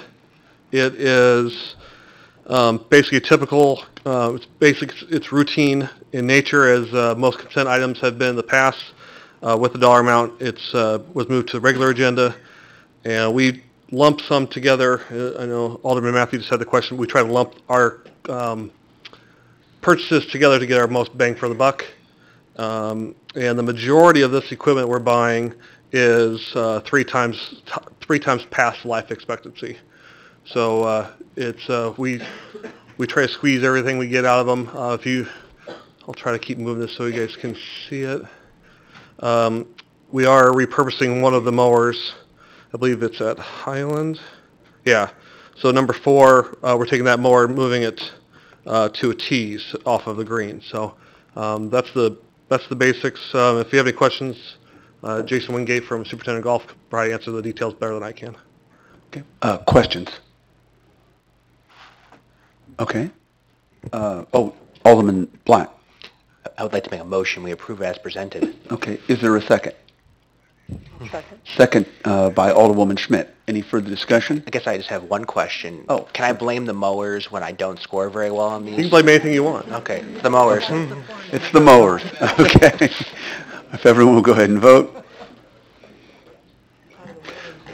Motion carries 9-0. There are no nays to announce, Madam Clerk. And we move right along to actually the next item. And thank you, Mr. Karch, for once again being very efficient, especially in an agenda with a long agenda. Excuse me, a night with a long agenda. And this is item 9E on our agenda. And this actually involves several projects. We're bringing all of these A through G to the council, small a through small g, to the council because of the dollar amounts. So you're going to kind of summarize each of these, and we can, and I'm looking over at our legal counsel, we can take these like consent agenda as we have done in the past as a block, if the council so desires. Okay. Thank you, Mr. Mayor Karch. and City Council. First, I'd like to give credit to City Manager Rasmussen. This was a good idea to lump all of these projects together. Why are we trying to do all of this at once? We are trying to, in totality, bring these to you because as a staff, this is for the next fiscal year, starting May 1st. We want to try to bid as much work as we can early in the construction season so that we can be proactive and have as much of that work done throughout the construction season as possible. So in summary, we are lumping together, as the mayor said, we are lumping together street resurfacing work, sidewalk work, and then maintenance contracts, all in 7 total contracts. So yes, we will hit briefly resurfacing, sidewalks, and then I'll summarize for you some of the maintenance contracts, and we'll try to be done in well under time. So with that being said, we do have many streets that we've put out there. They are online for citizens to look at. It is such a difficult thing. I'd like to focus really quick on our street resurfacing program. Many of you I talk with about the needs that are out there. There are so many streets that some people will say, well, I've got a street that's worse than this street. What you'll find many times, I had an email today on this, there's many times we don't have the sewer looked at, or there might be a water main issue. And so it is becoming very challenging for staff to be able to have a comprehensive plan that as we always want to be proactive, that we have the sewer dealt with. Water is to a point that Director Yale would tell you, they've publicly said that they're struggling to try to be as proactive as they want to be with the resource level they're at. Thankfully, the council provided us resources starting May 1st, where we will have additional funding, so we hope to be more proactive moving forward. We've reached about the end of our useful ability where we can get proactive with our sewers. So the rate increase we're seeing is just at the right time for us to continue our proactive stance with our sewers, both storm and sanitary. I would like to highlight for you some news that we'll be putting a press release out by the end of the week. I just want to give some full credit to one of our engineering technicians.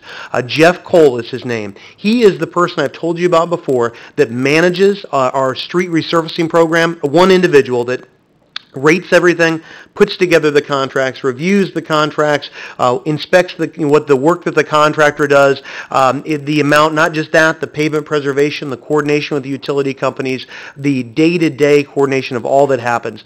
He got the Engineering Technician of the Year award in the state of Illinois through our professional organization, so a big credit to him. He will be coming before you. I will embarrass the heck out of him whenever we get to the point where we can bring him before you, but just want to give him credit for his year after year efforts with our program.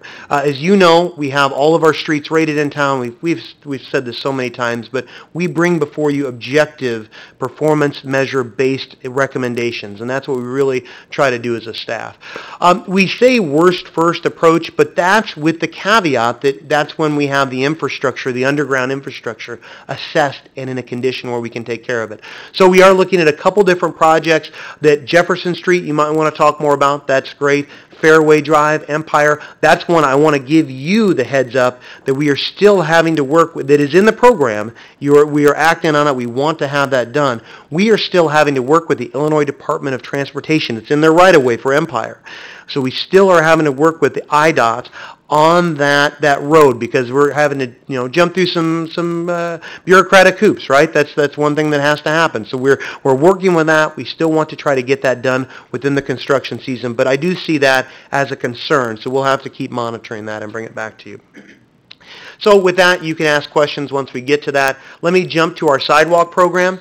Again, this is an award-winning sidewalk program that we won the Management Innovation Award statewide for this sidewalk master plan that the council approved, of which we are in year 4 of 10. So tonight we're asking you to vote on year 4 of 10. You've been fully funding our sidewalk master program. So after this year, 6 more years, we will have all of our sidewalks to where they're serviceable, they're in a good condition. We will be in much better shape in this community within 6 years because the council has courageously taken that year after year action of fully funding a staff-generated master plan. So couple things that we're doing. We do still have a 50-50 program. Our first preference is residential properties, but then we've even expanded that to make sure we utilize all that money to nonprofits, commercial properties toward the end of the year. We really want to leverage that as much as we can. So we've tried to, again, be proactive with those things. A couple highlights for you. I'd like to talk about some different philosophies. Steve Arney is another one of our engineering technicians. Just hear compliments from him about him all the time from folks in the downtown right now, just doing a yeoman's job of working with a lot of the stakeholders, building a lot of consensus. We'll see different planners, and we give a lot of credit to our Parks, Recreation, and Cultural Arts Department for their efforts in the downtown. You're going to see a lot of those improvements on Front, Mulberry. You're seeing even some that will be coming this year on Jefferson. So just a lot of great improvements that we continue to make in the downtown. So thanks to our staff for that. But In the past, what we had to do is we got a complaint about a property. We'd go out to that property. We'd fix the panels. We had to have tunnel vision. And so we'd say, oh, okay, we've got this complaint. We're just going to deal with this house. Because of what the council's been doing, we've really been sticking with that block-by-block approach. So a couple different areas on Mill, Walnut, Kreitzer, to where we might get a complaint in one area, but we deal with the whole block. You have to put a stop at some point. But instead of just looking at the one property that complained, we try to take more of a holistic approach. So that we've seen as a very big positive improvement and gotten a lot of support from residents on that. The next thing I'd like to highlight is our expansion of our saw cutting, our grinding. Whenever, as many of you know, sidewalk lasts for a very long time. Whenever we see sidewalk, that can last 50 years plus. But the problem is trees, sewer trenches, and then sometimes just that, as Russ had pointed out, sometimes there's just the soil heave that happens. But most of the time it's trees and sewers that cause those vertical displacements that can be a tripping hazard. So instead of, if the sidewalk panels are in good condition, one of the things that we had in our sidewalk master plan is to expand this grinding concept that really is more cost effective. It's about half the cost if you had to replace all of it. It makes sense. Most people say, well, sure, that makes a lot of sense. We utilized it extensively in the downtown. All of the red areas we looked at trying to utilize a grinding contract in downtown Bloomington to try to make that more safer for our pedestrians, and we really got, again, a lot of positive feedback from many of our downtown constituents that really saw that as a positive movement. This year we intend on completing all of the work, at least that we can do with grinding in the downtown. So that is a very positive step. So we just wanted to highlight some different streets and areas that we have, again, utilized that grinding contract. Tonight, you're going to be approving, hopefully, a grinding contract where we specifically broke it out, where we just didn't want to have it part of the sidewalk contract. We hoped we could get better bids if we broke out a separate contract. Thankfully, we were able to get very good bids. We hope to maybe continue to do that. So tonight, we are looking at street work. We've talked about that, sidewalk contracts. The last item that I won't even pull up any slides on. Well, first, I guess, let me say this with sidewalks. Let me finish this out. We are on track. We are on track. The council, again, want to give credit. The council has consistently followed the practices of that sidewalk master plan. So with that, let me quickly highlight for you the maintenance contracts. Very simply, that's the mechanism that staff uses that we are trying to address the items that come up throughout the year. We don't always have those planned. As a community, we know that things happen. We can't plan for them. And if we just said, oh, I'm sorry, we can't deal with that cave-in until next year. I'm sorry, we can't handle that failure of a pavement till next year. That would not go well. Our maintenance contracts allow us to deal with traffic signals, even seeding and grass, streets, sidewalks, sewer work, all of those things. It gives staff the flexibility to bid the work, but also have the flexibility to say, hey, this has come up. We have to deal with this. This cannot wait. Every year we fully utilize our maintenance contracts and have projects waiting. So they are fully utilized, and it's been a very positive thing. We've over the years tried to find the best ways to do it. So with that being said, I'd entertain any questions that you have and give you back 11 minutes. Awesome. We love it when you come in under budget, Jim. All right. Alderman Matthey. Jim, do we have any sort of a mechanism from year to year where we're tracking complaints would be one concern, as well as anybody who's coming back that's bid and then they come back with scope of work changes or increasing bids? Do we track those things from year to year and then use that in our evaluation process of who we award future bids to?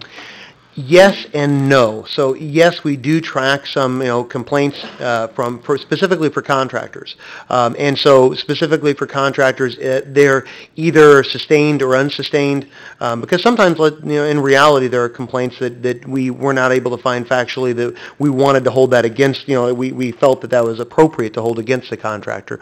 We do have the ability, and we've actually had those conversations with contractors, those heart-to-heart conversations that say, look, this is unacceptable. You need to deal with this. And honestly, most of the time, we have a lot of give credit where credit is due when it's those, hey, the contract says this, you have to do it. Most of the time they'll come through. There have been times we've had court cases where we've had to go and have conversations with contractors to ensure that they comply with the contract. So that is part of the contractual process of us dealing with them. But your question, yes, we can. We haven't utilized that where we have precluded a contractor from being able to bid. We call it the apparent low responsible bidder. And so we could, as staff, say, I'm sorry, this contractor was the low bidder, but we do not deem them responsible. And then we'd have to go through that argument as to why. And so, but we do keep track of the complaints, and if it reached that level, we would be able to utilize that in conjunction with our legal staff. Jeff, I don't know, or George, if that's fair. Okay. Okay. As long as we're tracking it, I was just thinking of several incidents that I dealt with personally last year, and I wanted to make sure that, I'm only dealing with the stuff in Ward 1, I'm getting those phone calls. I don't know if the same contractors are having issues in other wards as well, so that's why I want to know if you guys are tracking, how we're bidding, the contractors that we're accepting from the entire community. So, if we do have problem offenders, then maybe we have to have that, they're no longer a responsible bidder phase. We appreciate the support from the council. We realize that you would be supportive if we brought that to you. The other facet that sometimes you'll have with contractors is timeliness. And that can happen as well, to where you'll say, hey, you have to complete X amount of work by August 1st or October 1st, or November, whatever it might be, a deadline. And so there's times where we have to have those serious conversations. We provided the data to you, we provided the expectations, and you're not meeting that. And so we've had some very frank conversations. That has to happen from time to time. Alderman Milwambwe and Black. Thank you. And I actually had a similar question, so you kind of ask and answer my question, but I wanted to take a look at it from a different angle as well. What would you say about the quality of materials that are used? Because I know every year we hear the same thing about potholes and and the weather and all those kinds of things. So maybe I'd like for you to kind of educate us very quickly again on the science of potholes and why they happen. I love it, the science of potholes. That's great. Materials? Is it contractor? Or is it the weather? Yeah. Sadly, that excites me. Okay, so anyway, I love that. So potholes are just a symptom of poor pavement, right? I mean, if the pavement was healthy condition, we would not see potholes. That's why we always say at a rating of 4 and less, that's where you start seeing potholes. And it doesn't guarantee. You can have a street that's a 3 that's absolutely alligator, that's failed, that doesn't have the deep craters. But there's a lot of times those deep craters, what you'll see is that's a base failure. When you have a point failure like that is just where the base, the gravel or the dirt underneath was mush and it just can't sustain the heavy truck traffic. So that can happen. But a healthy pavement system that we have and are maintaining it and keeping our streets rated well, and we're being proactive with our pavement preservation, we would not be seeing the potholes that we do see. And so staff is aware of that. We do try to provide objective criteria. You'll also notice this year we are expanding our pavement preservation program. That's key. We're actually stretching Jeff Cole for the accolades I'm giving him. I'm also stretching him because that whenever you say $350,000, that's a large area that covers. And so we're trying to find ways to allow one person to be able to keep up with all this work, because we're kind of stretching him out. But pavement preservation is another key to keeping potholes and stretching the life of the pavement. Does that help? Alderman, Black and then Sage. Thank you, Jim. I guess my remarks tonight are going to be tailored a little bit more higher level for maybe some future conversations, but plant some seeds here. Number one is I'm glad we've ended here with the sidewalk master plan and the 50/50 program. At some point in time, I think we should take a look at or think about seriously if that program is what we want to do moving forward. I've heard folks suggest that maybe we do 50/50 where the homeowner's 50/50, or their 50% portion is it's a loan, either low or no interest from the city that they pay extra on their water bill towards, to help encourage folks to participate in the program that may not be able to financially otherwise. I think in some of our older historic neighborhoods, we see a lot of those areas that need that sidewalk work that may not quite have that rating but could use some attention. And with a little bit of incentive from the city, perhaps we encourage more folks to participate in that program. And if that comes in the form of maybe we float a loan or it's a no interest type thing, there's other cities that do these sorts of these programs. Perhaps this council would be interested in looking at that to help encourage more participation in that program. So you don't need to respond to that, but I know that in the past we've talked about that, and there's been some concern about how we would administer that type of a new loan program. But just to literally the day after I was first elected, the previous city manager and I talked about, that was one of the things we talked about, and he said he didn't think that there would be a serious problem of administering that through water bills.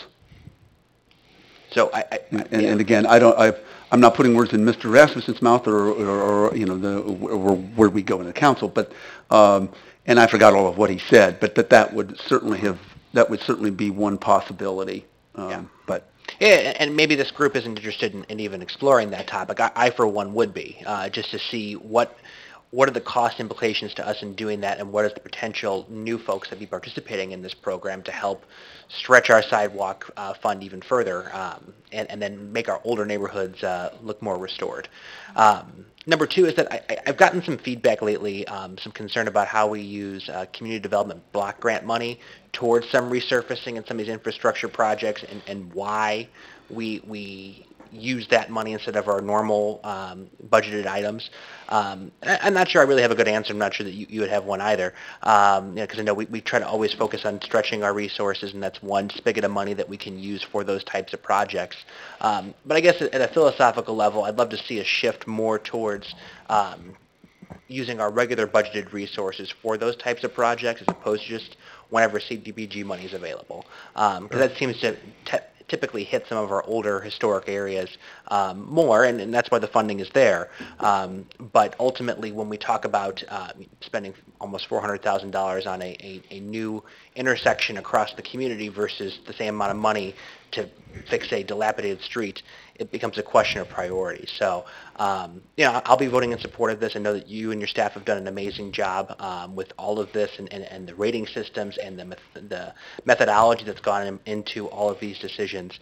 But since we've got that kind of taken care of, I'm looking at this as the next level of how do we be more strategic in our resources to target the areas that we benefited the most, that have been waiting the longest period of time. So, thank you for all your work. Alderman Sage. Thank you, Jim, for your presentation. I usually ask this question every year, and I apologize because I didn't ask you about it ahead of time, but we have, I think one of the slides showed about $5.5 million in contract work going out on one end of that continuum. Then we have the pavement preservation. We also have a pretty robust permanent patching program that we do in-house. And I'm just curious, do we know, and if you have to get back to me, that's fine, I'll understand, kind of what kind of money we budget in-house for the permanent patching program, because it fills a nice little space there in our pavement management program where we can extend otherwise stretches of street by just doing some permanent patching, again with some folks inside the Public Works Department. So the point where I'm going with that is that we have about $5.5 million of contract work, but that's not the sum total of everything that we spend as a city on pavement repair. We have the internal work that we do as well. And so, and again, I apologize for catching you off guard. I should have asked this earlier. Okay, if Microsoft Word will open up, I can answer the question for you here in a second. Okay. So my point is that it's going to be something beyond $5.5 million if you would include in the internally charged work that we do as part of the permanent patching program. So what I'd like to say is a couple things to you. This is a good visual for people and residents. If you're driving on Business 51 and you're headed northbound, most people know where that salt dome is at, that inverted cone. Our crews hand throw hot asphalt, half of that amount. That dome will hold 6,000 tons of salt. If half of that dome is 3,000 tons, that's how much, just right around that amount, is how much our crews hand throw of hot asphalt a year. That's staggering. So the type of work that they do, that's another amazing aspect of what our crews and folks will do. $3.6 million is what the council on an annual basis allots towards street maintenance. That includes more than just permanent pothole program. That does incorporate a lot of our concrete panel work, because it's not just, and just as you said, Alderman Sage, it isn't just our permanent pothole patching program. We have concrete panel work that we also do extensively. We even do some other, sidewalk work or other, other types of curb whenever we hit it. But it's one of those things to where our crews really do try to do the best they can to keep up with a lot of the work. So what you see up here is a portion of the maintenance work, but we also have our own crews that also keep up as well. So thank you. So I guess from a sharing of information outside the meeting, if we could maybe put those two numbers together, because that actually represents the actual cost or the dollars the city's is spending on our streets and infrastructure and so forth. Very good. Thank you. That's just on those two. Thank you, Alderman Sage. That's 9.1 million just on those two, not counting the pothole patching, et cetera. So making it clear that is a very high priority and continues to be a high priority of the city and the council. Anyway, other questions? All right. At this point. I'm sorry. A comment, or I guess it is a question. So we've had one of our residents ask us about Jefferson Street, and in the last meeting when we talked about the downtown plan, there was conversation specifically about the 100 block of Jefferson Street.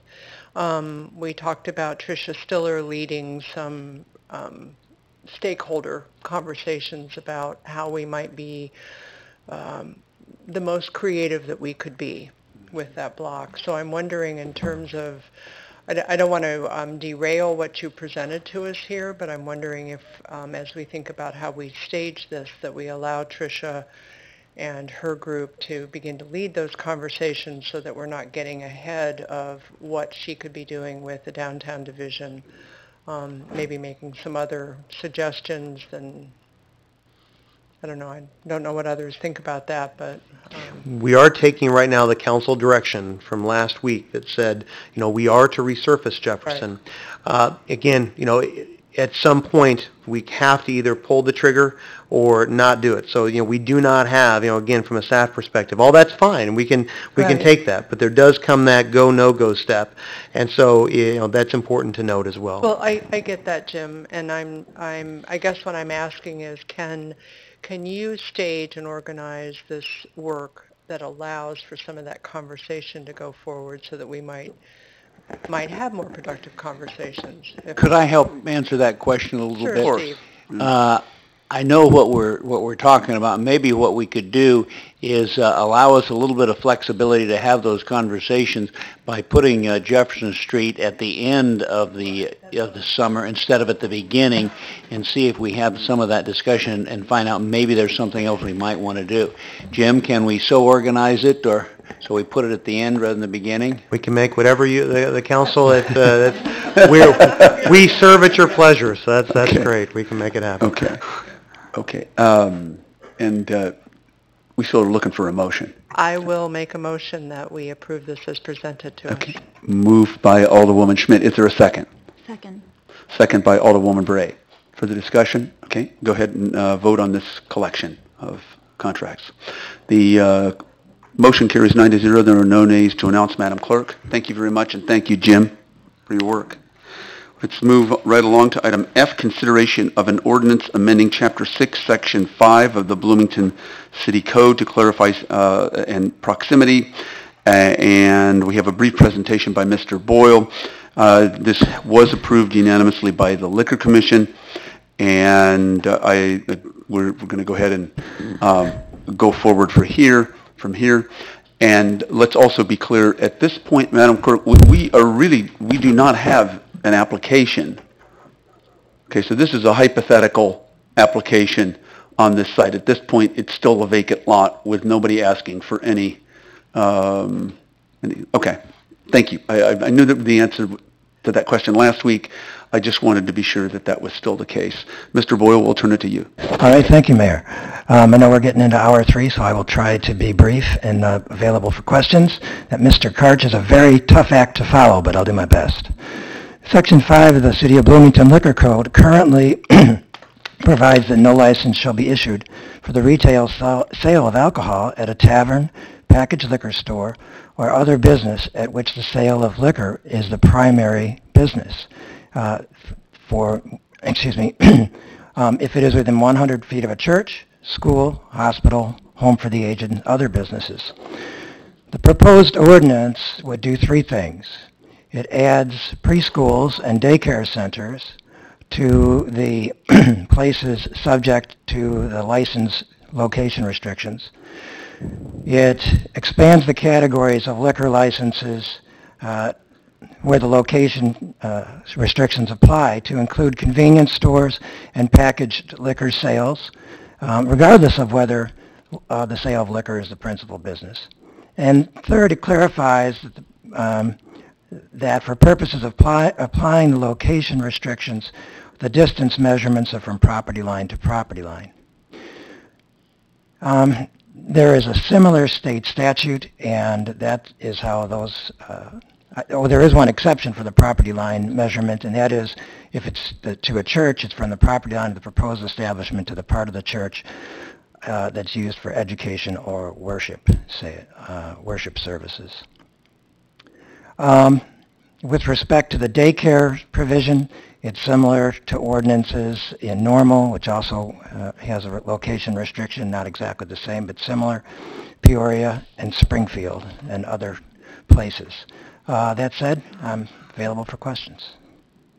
And just to clarify one thing, from the standpoint of the Liquor Commission, I think it was also, even if we had restrictions like single sales and prohibited single sales to this hypothetical liquor license that we have yet to receive, or on any site, there was some concern about the design and perhaps traffic, I think that's a fair statement, because I don't remember, and I said this in the Liquor Commission, any time in 5 years where you had some 5-year-old coming out with a 12-pack of Bud. That wasn't really the issue. It was the nature of clientele that might be attracted to a particular site, and perhaps the traffic flow adjacent to certain types of establishments. I think that's, if that's a fair statement. Mr. Boyle, is that, because you were there? Well, you said a lot there, but by and large, I could nod yes. Okay. Alderwoman Howman. Thank you, Mayor. I would like to propose that we send this to the Planning Commission, since this is, to me, really seems like it should be something that the Planning Commission should address versus the Liquor Commission, at least initially. Okay. To the Planning Commission. Okay. All right. Okay. And then we'll go around and get comments, and then we'll see if what motions are in order. Alderwoman Painter. I would like to make a motion to approve this as presented. Okay. And then I have comments. Okay. Is there a second to that motion? Second. Second by Alderman Sage. Okay. And then your comments? Go ahead. Well, first I'd like to address, the council has been unfairly mischaracterized, I believe, by some highly motivated sellers that we are targeting Circle K on this issue, and nothing could be further from the truth. This has brought several things to a head, but as far as video gaming goes, I know that the council has discussed that, 2 years ago, last year, and finally we've decided to do something about it. And as far as liquor sales next to daycares, we had incorrectly thought that the state had a provision that prohibited that, but that's not the case.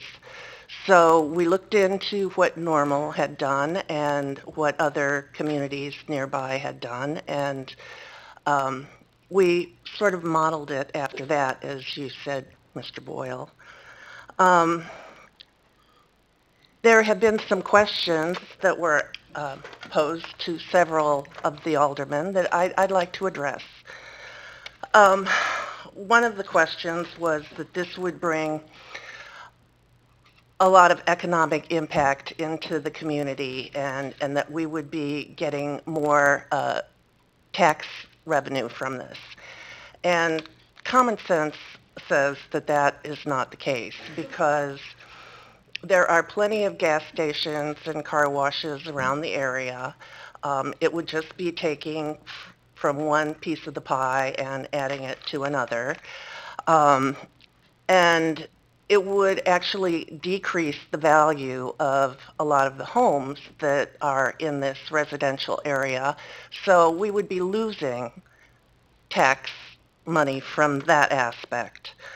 And then, somebody said, well, there are other things that could go there, such as tattoo parlors and adult type things. And actually our current ordinances do address most of those issues. And for the ones that haven't been addressed yet, we need to address them as quickly as possible and get that cleaned up as well.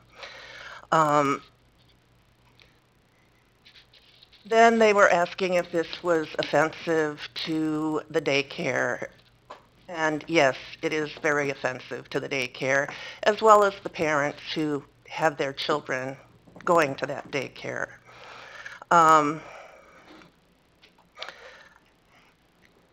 This has already been before the Planning Commission, and they were voting on just this plat of land, and I don't know if they were told, as I was, but I was told that the city was going to combine B2 and C2 zoning anyway, so they were just getting ahead of the game here. And that's not really the issue. There is a spot down the road that I think would be very, very agreeable to having Circle K come there. I don't know if it's still for sale, but it was at least a year ago. And it already has the infrastructure there. It is the old GE plant, and it's not in a floodplain. It is away from schools and children, and they could have everything they wanted there if the person was agreeable to selling it that owns it currently. The only thing that they couldn't have is gaming, and we're just holding off on that, seeing if we want to stop the rapid proliferation of gaming parlors in Bloomington, because we won an award for having so many of them, and that's not an award we want to have. But, if some of them drop off, then perhaps we could revisit this issue at a later date. But, I just want to make it very clear to Circle K that we do not want to discourage you. It is just that this particular location is really not in the best interest of the neighborhood, the community as a whole, or for Circle K. There are better alternatives to be found. Thank you. Okay. We'll just go around the dais here. Alderwoman Burgess, Sage, and Matthey. And then back to Alderwoman Hellman. Okay. First, I have a question about liquor licenses or the process for granting new liquor licenses. So can the Liquor Commission and ultimately City Council take into account the nature of the neighborhood and the surrounding community when determining whether or not to give a liquor license to a new establishment? Yeah, you're asking whether they can do that now? Yes. Yes. Okay. Those are factors that are currently in our ordinance that can be considered. Thank you. Thank you. So number two, I know that this went, the specific project went to the Planning Commission on a zoning question, but this particular ordinance we're considering tonight, am I correct that that has not gone to the Planning Commission? That's what I That it's not what? I'm sorry? the ordinance we're considering tonight has not been referred to the Planning Commission previously. It has not, and I would have to review, the things that the Planning Commission can do are dealt with in Chapter 44, Article 13 of the Bloomington City Code, and they're enumerated. And there may be a general catch-all that would apply here, but I don't know for sure that this type of ordinance would do that. Okay. And I would be curious on whether or not it could, and I think would be inclined to support a motion if Alderman Howman wanted to make one, referring it to the Planning Commission, and because it does have an impact on land use, and I'm curious about what their input would be. So, but with the bigger picture and this particular proposal that's before us for the ordinance change, I don't have the information yet to know if I am for or against it. And here's the reason why. Number one, this is a very broad change to the ordinance as it currently stands. And it's my understanding, based on our previous conversation with Mr. Boyle, that it would include things like grocery stores that have liquor licenses for sale of packaged alcohol, which is pretty common. I can't think of a single grocery store I know that doesn't do that. So it's a little bit broader, and that concerns me, especially when it comes to a liquor license, we can already take into account the nature of the neighborhood and existing businesses. And to me, that's a little bit narrower and more specified. So I'm a little worried about the breadth of this change. The other thing that concerns me a little bit is we don't really have, I would like to see more from which we can make a decision. So the packet and the information we have is basically just the proposed ordinance. We also have the Liquor Commission meeting where there were 2 people who testified. We don't have any data about whether or not this is a problem. What is the problem we're trying to solve? Is this the best way to solve it?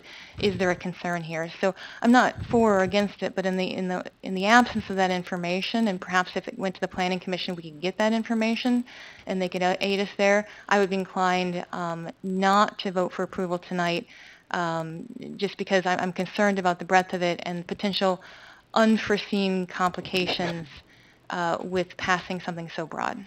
Just to address very briefly. Just to clarify, because the response to Mr. Boyle's question means that the council or the Liquor Commission, because the council has to create a liquor license, the Liquor Commission cannot refer it to the council.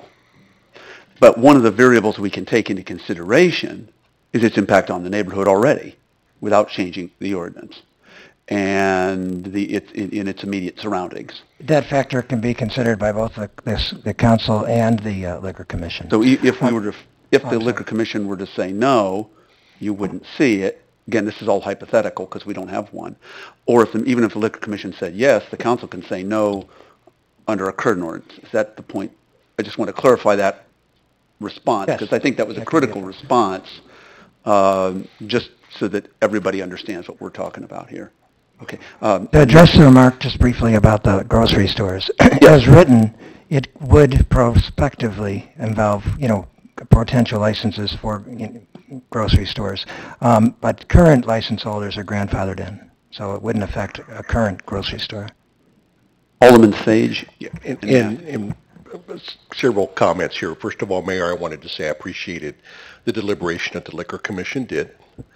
You had a public hearing, you took public testimony, and I think the Liquor Commission made the correct choice, made the correct decision in saying that we're going to, we're in favor of supporting this ordinance, that this proposed tonight. I mean, to me, that's reasonable.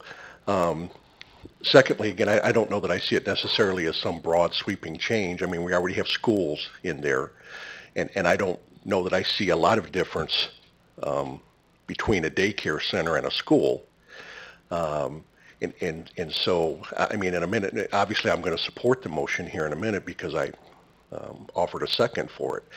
But again, I think that those two, and plus the fact that, having, don't talk a lot about this, but I mean, I served on the Planning Commission for 7 years. We never heard a liquor license, proposal come to the Planning Commission. That was the purview of the Liquor Commission.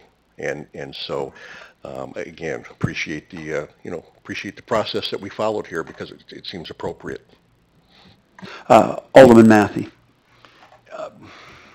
So, the old adage is you can get anything passed if it's for the children or fighting terrorism. I'm inclined to want to support this, but I feel like there's information I don't know too. And specifically talking about the Planning Commission, I don't think that we're talking about the actual liquor license itself, but we're talking about land use, because what I'm concerned about is, existing grocery stores are perfectly fine, but we know that we've got a huge food desert, which encompasses the majority of the entire west side. We've got a couple of grocery stores on Oakland and the Kroger that's on Main near Wesleyan. But other than that, if you go towards the southwest, there are no grocery stores unless you cross the interstate and go to Walmart. And so I'm concerned about whether or not if we take this motion right now, we're prohibiting somebody from coming in that might want to put a grocery store on South Main Street, or somewhere even remotely close to the downtown that would better serve the west side. That's what I'm concerned about, why maybe the Planning Commission is, or if we've heard community development and the new zoning changes, if we've heard them weigh in on it, what this might look like too. I'm inclined to want to support it, but I want to be careful of unintended consequences of actions that we might take today. That one intersection, I can see exactly, where we have this long-established daycare center that's right there, where maybe it doesn't fit that particular intersection, but I'm more concerned about the long-range problems we might cause into the food desert on the southwest side of town. Okay. Thank you. I did notice, I was trying to notice roughly the order in which people asked to speak. So I'm going to go Alderwoman Howman, Bray, and then Sage and Painter. I've already spoken, so. Okay. Did you want to? I want to speak again, but I've Okay. already spoken once. Okay. All right. Alderwoman Bray.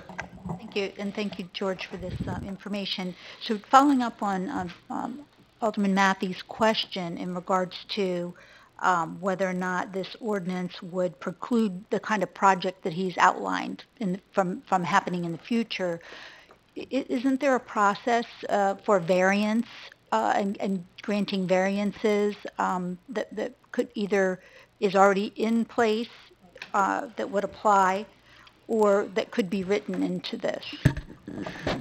Well, first of all, like any ordinance, it can be tweaked as long as there's some rational relation to a legitimate government interest or, some basis for that. The state statute has numerous exceptions built into it. I'm not sure I would advise that way of going about it, but the legislature hasn't asked me. As far as...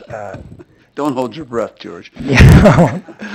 But the point is, the variance way would not work because that pertains to zoning kinds of determinations, not liquor. Like I say, it's possible to say that something could be tweaked down the road. Can I also offer in here, and you can correct me Yeah. if I'm wrong, but I don't think this would prohibit, if there's an existing liquor store, a grocery store could still come into that adjoining lot. And the way that the ordinance is written, the liquor license is grandfathered. That's as of a certain date. So George, is that accurate that this wouldn't preclude a business coming in next to a liquor store? It's more precluding the liquor store coming into an existing grocery store. Well, what about a grocery store coming next to or near a daycare center? That's what I'm saying. So Yeah, the question I was hearing had to do with a grocery store. Is that? Yeah, I think that was the scenario that Alderman Matthew set out, and so. Well, it's prospective. I guess it could be tweaked, perhaps as we go along, especially if we see consequences. If there are issues that develop, it's possible to do certain things with ordinances. But a variance, when you say the term variance, I hear zoning, and it's not That's a zoning. zoning. Okay, thank you. Thank you so much. And I had one other question. You made mention that there are other communities that have the very similar ordinance, and that it talks about schools, daycare centers, and I think you made mention of churches as well. And our proposal doesn't include churches. Was there a particular reason Churches are already in the ordinance. already in it? Okay, Yeah. thank you. Alderwoman Hellman, and then we'll go back around the dais. Thank you. Sage, Painter, and no. Oh, okay. Alderwoman Hellman. Thank you. Yeah, I just wanted to clarify, when I asked about it, going back to the Planning Commission, it wasn't this particular item going to the proposed gas station at this corner going to the Planning Commission, but the idea of an ordinance prohibiting that. And while I understand, I'm sorry, that I don't know what that land currently generates in property taxes, but it would need to be. I'm sure we would be getting more in property taxes from that property if Circle K is there. And if I remember correctly, from the Liquor Commission meeting, Assistant Chief Bays was asked about calls for service to the other Circle Ks in our community, and there hasn't been a problem with that. I see this. They're going to be selling gas. That's going to be the primary function. And like most gas stations these days, they make their money on seem to make money on when you go in to buy the gallon of milk or the candy bar or whatever. And if it's packaged liquor, people aren't going to be coming out swigging down a beer.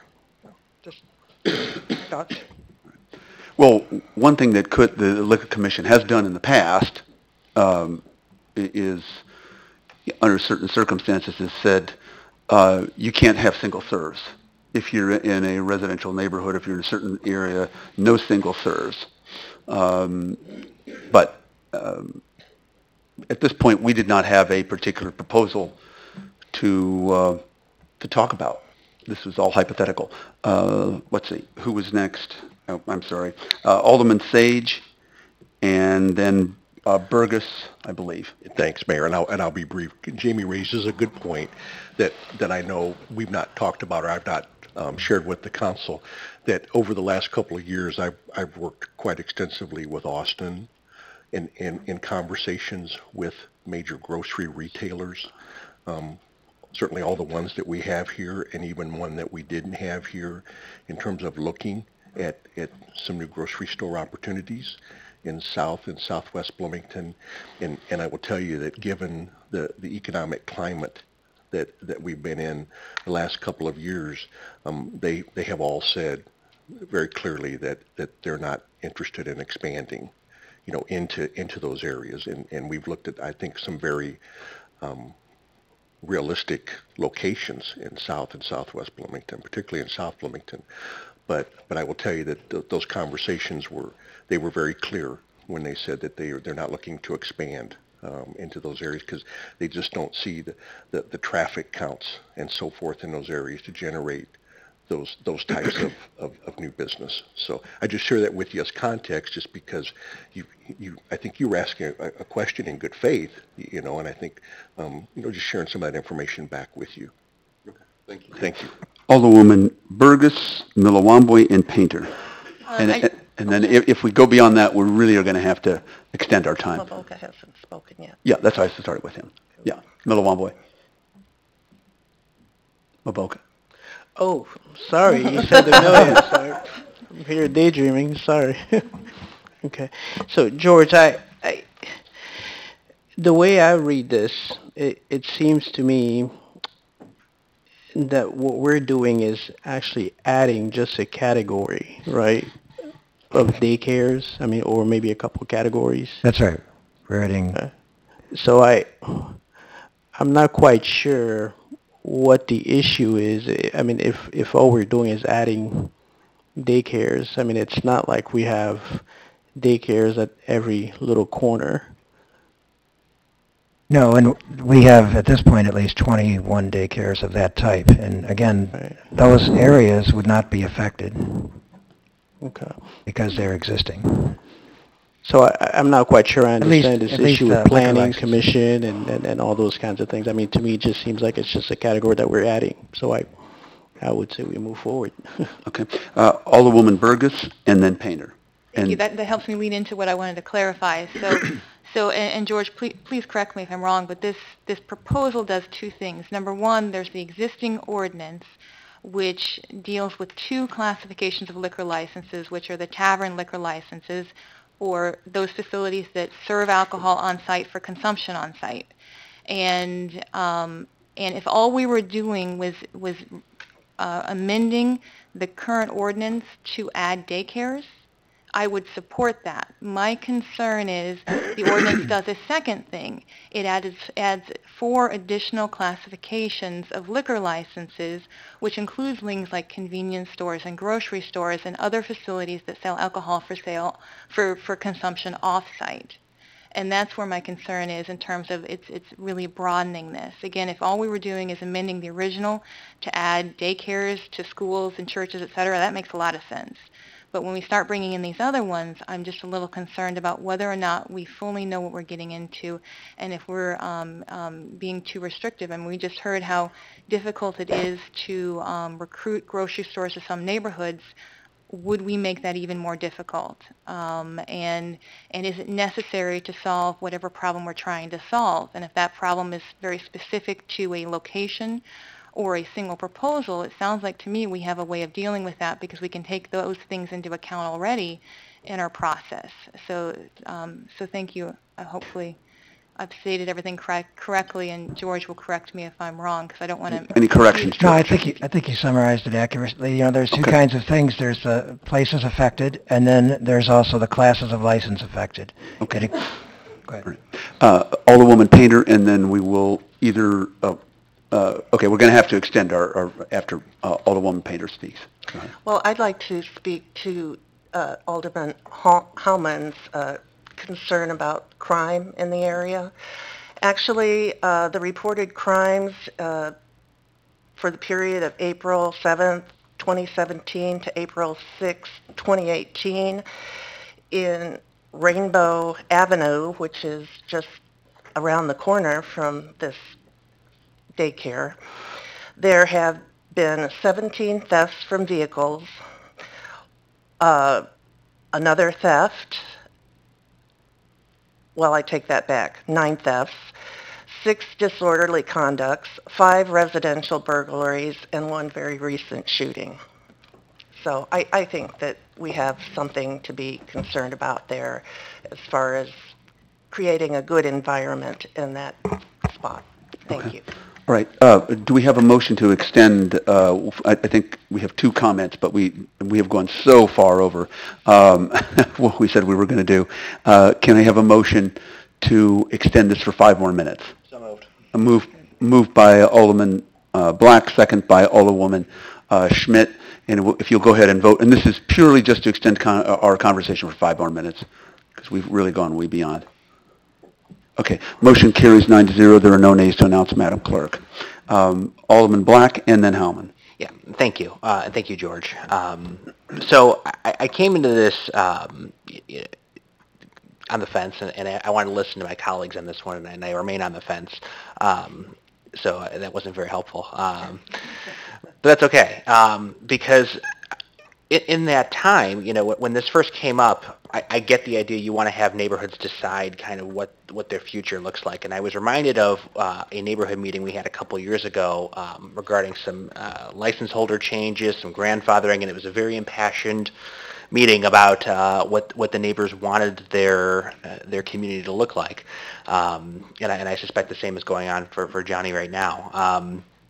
I guess at a higher level, I feel like we're making this decision in a little bit of a vacuum in a way that I'm not used to seeing from staff. I guess in my mind in the past, I've seen these types of changes come back with like maps with areas of where schools are, churches are, and this is the areas that would be impacted. And I've been trying on Google Maps to kind of visualize all of this, and I'm worried I'm missing something on that front. You got a map there? Yep. Okay. Look at that. Okay. And then if we could have that entered into the record. Sure. Before you give me the evil eye. Yeah. Okay. And this map really focuses on one piece of Bloomington. I'm just trying to think more on the holistic Bloomington. And so I guess And then when I see up here too, when we have these kind of disagreements, it seems unsettled as a whole. And I guess I don't know if I necessarily want to refer it back to planning, but I guess I would rather maybe have Austin and somebody take a look at what are the implications not only today but 5 years from now for such an ordinance change. And I don't necessarily want to get the headline, Scott Black votes against keeping alcohol stores away from children. Please don't do that. Yeah, right. Write that down furiously. That was my assumption. Just me personally. He's got me. But I think, I guess a little bit more analysis, because I can see it from both ways when I go back out in the ward after this. Suppose we vote against this, then people are going to say, Scott, what were you thinking? And then if I go in support of it, they're going to say, well, you weren't thinking broadly enough about some of these other implications. And I want to be able to have the data at my fingertips for that. And I appreciate the Liquor Commission's work, and I know that it was a brief hearing on that front. But I guess from what I'm looking at is I would prefer to have some sort of a 2-week, 4-week time frame before deciding, looking for some additional staff analysis on the pros and cons of this. Because at the end of the day, I may be supportive of it, but I want to at least be able to point to some facts on a holistic basis, and not just on one area. Okay. Alderwoman Painter, and then I guess we will vote. Well, that's what I was going to say. We have a motion and a second. Okay. Let's Call the question. Okay, if everyone will go ahead and vote. We have a motion on the floor. Can you restate the motion, Mayor, just so it's clear? Actually, this is... Oh, you were just presenting... Your motion was to just present the motion as presented to us our packet. In the packet. Okay. The motion carries 5-4. There are 4 nays to announce, Madam Clerk. Alderman Matthey, Alderman Burgess, Alderman Black, and Alderman Harmon. Okay. Thank you very much. Now we move on to our last item of the evening, and that is G, consideration of a resolution directing Water Department staff to issue non-compliant violation notices to existing boat docks. Thank you, Mayor. Good evening, Council. I will try to be brief as well. At the meeting on April 9th, we had a special meeting to discuss the docks at Lake Bloomington. At that meeting, a motion was made and was supported regarding, it was option 1 in the council memo presentation that night of the 3 options, which was essentially to begin the review process and issuing the violation notices or the compliance notices. Because even though there was on there for action and direction that night, we had given notice, staff had given notice to a lot of the residents that we're not going to take final action until this meeting on the 23rd. So we thought we would use this as an opportunity to actually put in writing exactly the process that we would follow and to provide a formal resolution to the council to consider on that. So this essentially follows the action that you took at the meeting on the 9th. I've outlined within the council memo what exactly our process would be. Assuming that the resolution is approved tonight, the legal department and water department will conduct a final review of any non-compliant docks and begin preparing the necessary notices. We would first send compliance notices, compliance orders to the docks that are not non-conforming. Again, these are docks that do not have a permit at Lake Bloomington. They will then have 30 days to remove the docks. If they do not, we will then issue the summons and the violation notice. That is what would start the clock on the administrative court.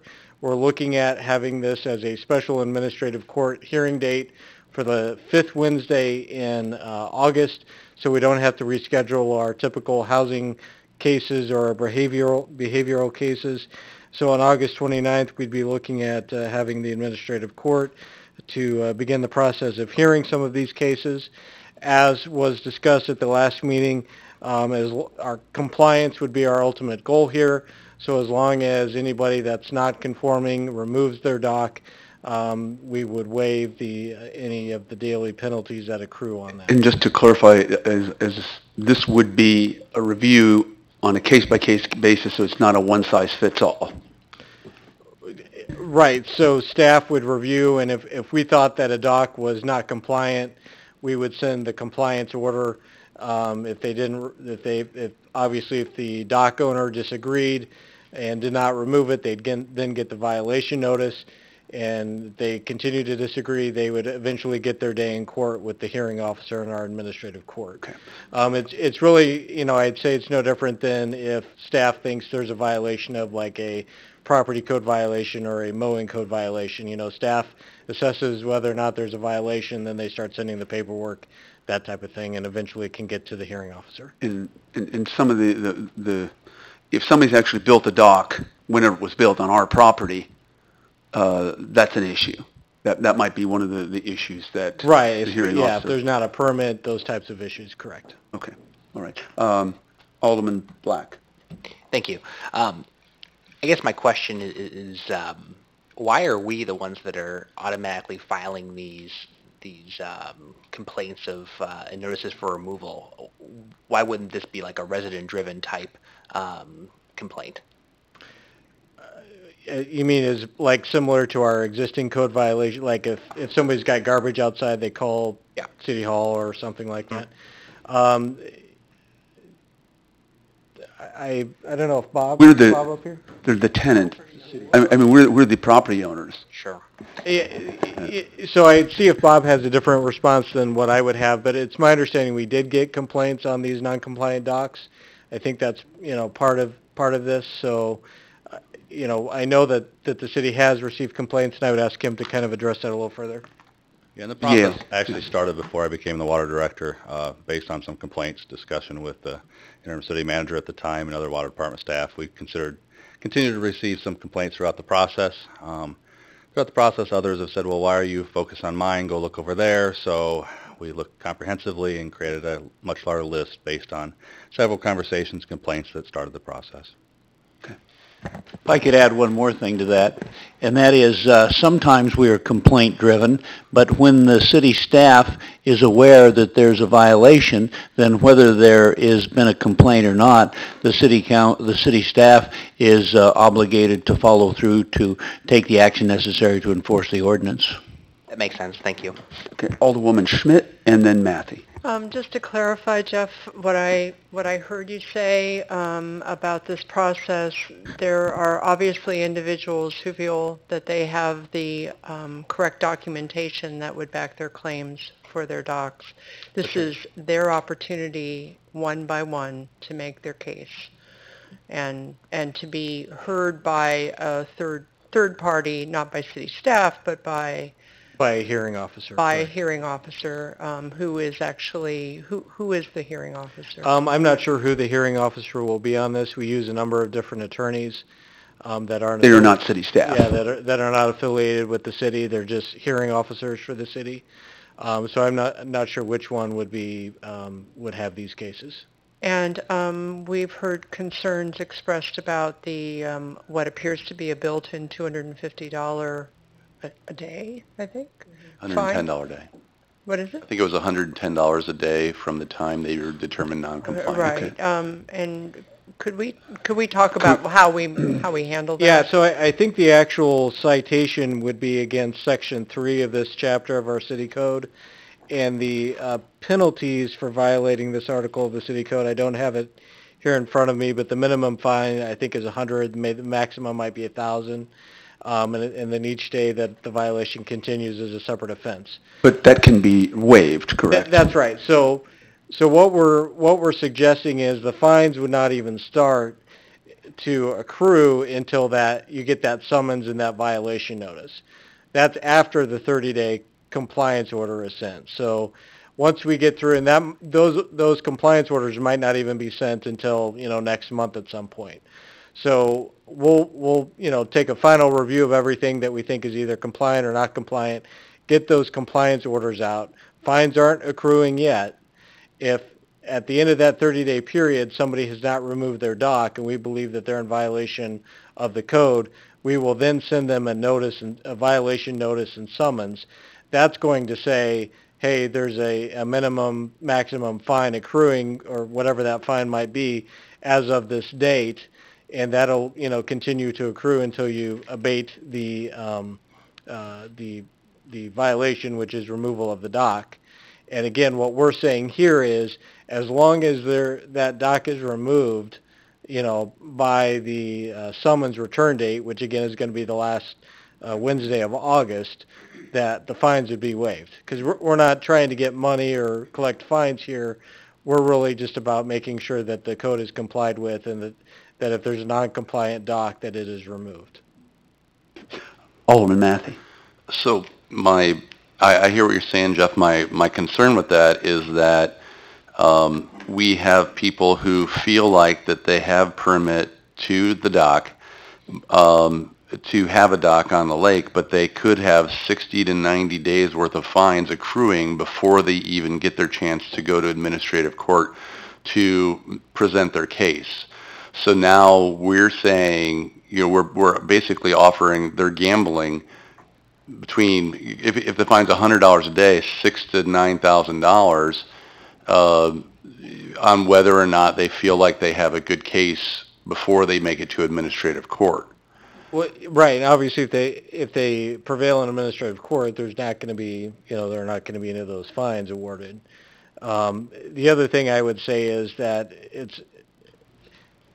the city would not be looking to collect $6,000 or $9,000 in something like that. We've got the ability to lower the fines to a more reasonable amount. But on the flip side, if there's no, potential for fines, you're not going to get necessarily, just like in any other code compliance issue, if the fines aren't there, you're not going to get somebody to comply. So at some point, there's got to be a number that might be associated with your refusal to remove the dock. You've got to account for all the staff time, the court costs, the attorneys, all of that type of stuff. Right. So I'm not suggesting that, there would maybe be $10,000 in fines, but on the other hand, I can't say that, there would be, no fines, so to speak, at that point. So is there any problem if I offered an amendment that said the fine started the day the administrative court maybe turned down the validity of their fine? If their dock was determined to be not valid and it was need to become out, could the fine start that day? Is that as consistent with the opposed ordinance? to having the accrual start beforehand? Right. So we've got the ability to waive fines. So even if the ordinance says that, and that's the way that we wrote it in the resolution, was that the fines would be waived. So we could But change, only if they've right, only exactly. If they've done it So ahead we of could time. change the resolution to say that the fines would to add the language in that you're talking about there. Okay. Absolutely. The fines can be waived even if they did not prevail, if they felt they had a reasonable case. Well, no, not. Or the fines start the day that their dock is found to be non-compliant. The day that After it's found the to be administrative court has made that ruling. Okay. All right. Okay. Is there a motion then on the floor? We have yeah. So Jeff, I know that Jamie's just made this motion here, but and again, I think you asked a question a little while ago, what unintended consequences might be of that change. And so, Jeff, is there anything that you can see that might impact the process that we previously have laid out here if Jamie's amendment is supported? The only implication I could see is I don't suspect anybody's going to remove their dock until the first person is ordered to remove their dock. But other than that, because it would be, if, and Jamie hasn't made the motion yet, but if the motion were made with that amendment to answer, if you're answering Alderman Sage's question, this is confined to just this situation, or is it confined? Yeah, no, I think just this situation, correct? Yeah, I mean, I guess, again, just kind of following up, would this have an impact on any other situations that are going to administrative court per se? No, we would make this specific in this resolution. We'd probably change that whereas clause to say something like, whereas fines shall not be, shall not accrue until after a ruling in administrative court. So we would just change it something like that. You don't see major issues with Not things? with other cases that aren't related to boat docks, no. This would Okay, just be thank you, specific. Jeff. If you could, in the process, given what Alderman Sage has just said, maybe write down what that language might be, because I have a feeling Alderman Matthey is about to make a motion with that Yes, I am. language. Okay, go ahead. So I'd like to make the motion that we approve as written with the amendment that fines won't accrue until each dock has completed their administrative court hearing. And have been found to be And in has been found to be non-compliant. non-compliant. So we'll take out the whereas that discusses the fine shall be waived as long as there's compliance by the court date, and instead put in that whereas clause, as you said, fines shall not begin to accrue until after the decision of the hearing officer finding that a dock is not compliant or that the code's violated. Is there a second to that motion? Second. Second by Alderman Black. Okay. I don't see any other lights on, so at this point, we would vote on the motion as amended. The motion carries 9-0. There are no nays to announce, Madam Clerk. Okay. All right. At this point, we're going to go to City Manager's discussion. Mr. Rasmussen. Thank you very much. Jim, would you put up that first slide for me, please? Thank you very much, Mayor. I just had two things to talk about. One, I would like again to list all of the upcoming items that we have in downtown. I have these coming for the next month, and what we'll do is each council meeting we will take off the 2 weeks that are just passed and add the next 2 weeks on, and I will give those out in my weekly update as well. And the second thing is on the 1st of May we begin the new bulk waste collection system, and I've asked Jim to give us a brief update as a reminder to everybody that that's going into effect soon. Jim? This is just background. This is only so that you know next Tuesday, as a reminder, we have done all of this effort as a communication strategy to update our citizens on what we're doing for our spring collection. So on all of our citizens can actually go to our website, full credit to our IS department. They're allowing us to utilize that same thing that we do for snow, the snow sections. We're doing that same thing with bulk so that people can go out and they can see where we haven't been, where we actively are, and where we have completed. That being said, all citizens need to have their bulk out by 6 a.m. that May 1st because we are planning on having no holds bar all of our crews. We're throwing 5 different crews at it with many trucks, 6 different rear packers. We're putting a full effort to try to collect. Now, we're giving a grace period so we can try to encourage this change of behavior. This is really going to be hard for a lot of folks. So what we're doing is we're actually having stickers and door hangers so that our brush collection is continuing. Nothing changes with our brush. As drivers go around and they see, oh, somebody put out a couch and they didn't call, did they call it in? No. Slap a sticker on it, put something on the door letting people know practice has changed. We're not touching it. Give you 2 weeks, up until the next time we come around with our brush. You can take it off the curb, bring it to our Citizen Convenience Center, and which is our drop-off. I love that. It's a great name. It is. We'll have a ribbon cutting whether you want to come or not because I'm really happy with it. We're wrapping it. We're making it look really pretty. So so all of that. Oh, come on, that's good stuff right there. So that is, I have to say. So we're allowing. And you're people, not saying it with a straight face, so that's right. good. We are allowing people to bring that then at no additional cost down to our Citizen Convenience Center so that, again, they have that chance to take it off the curb. All of that's being done to try to, again, bridge that gap of our costs. So any questions you have, we can answer them. Questions? Are we going to refer to paid parking as citizen convenient parking going forward, Jim? If it's right in front of the business, yes. Okay. Citizen convenient revenue options, tax increases.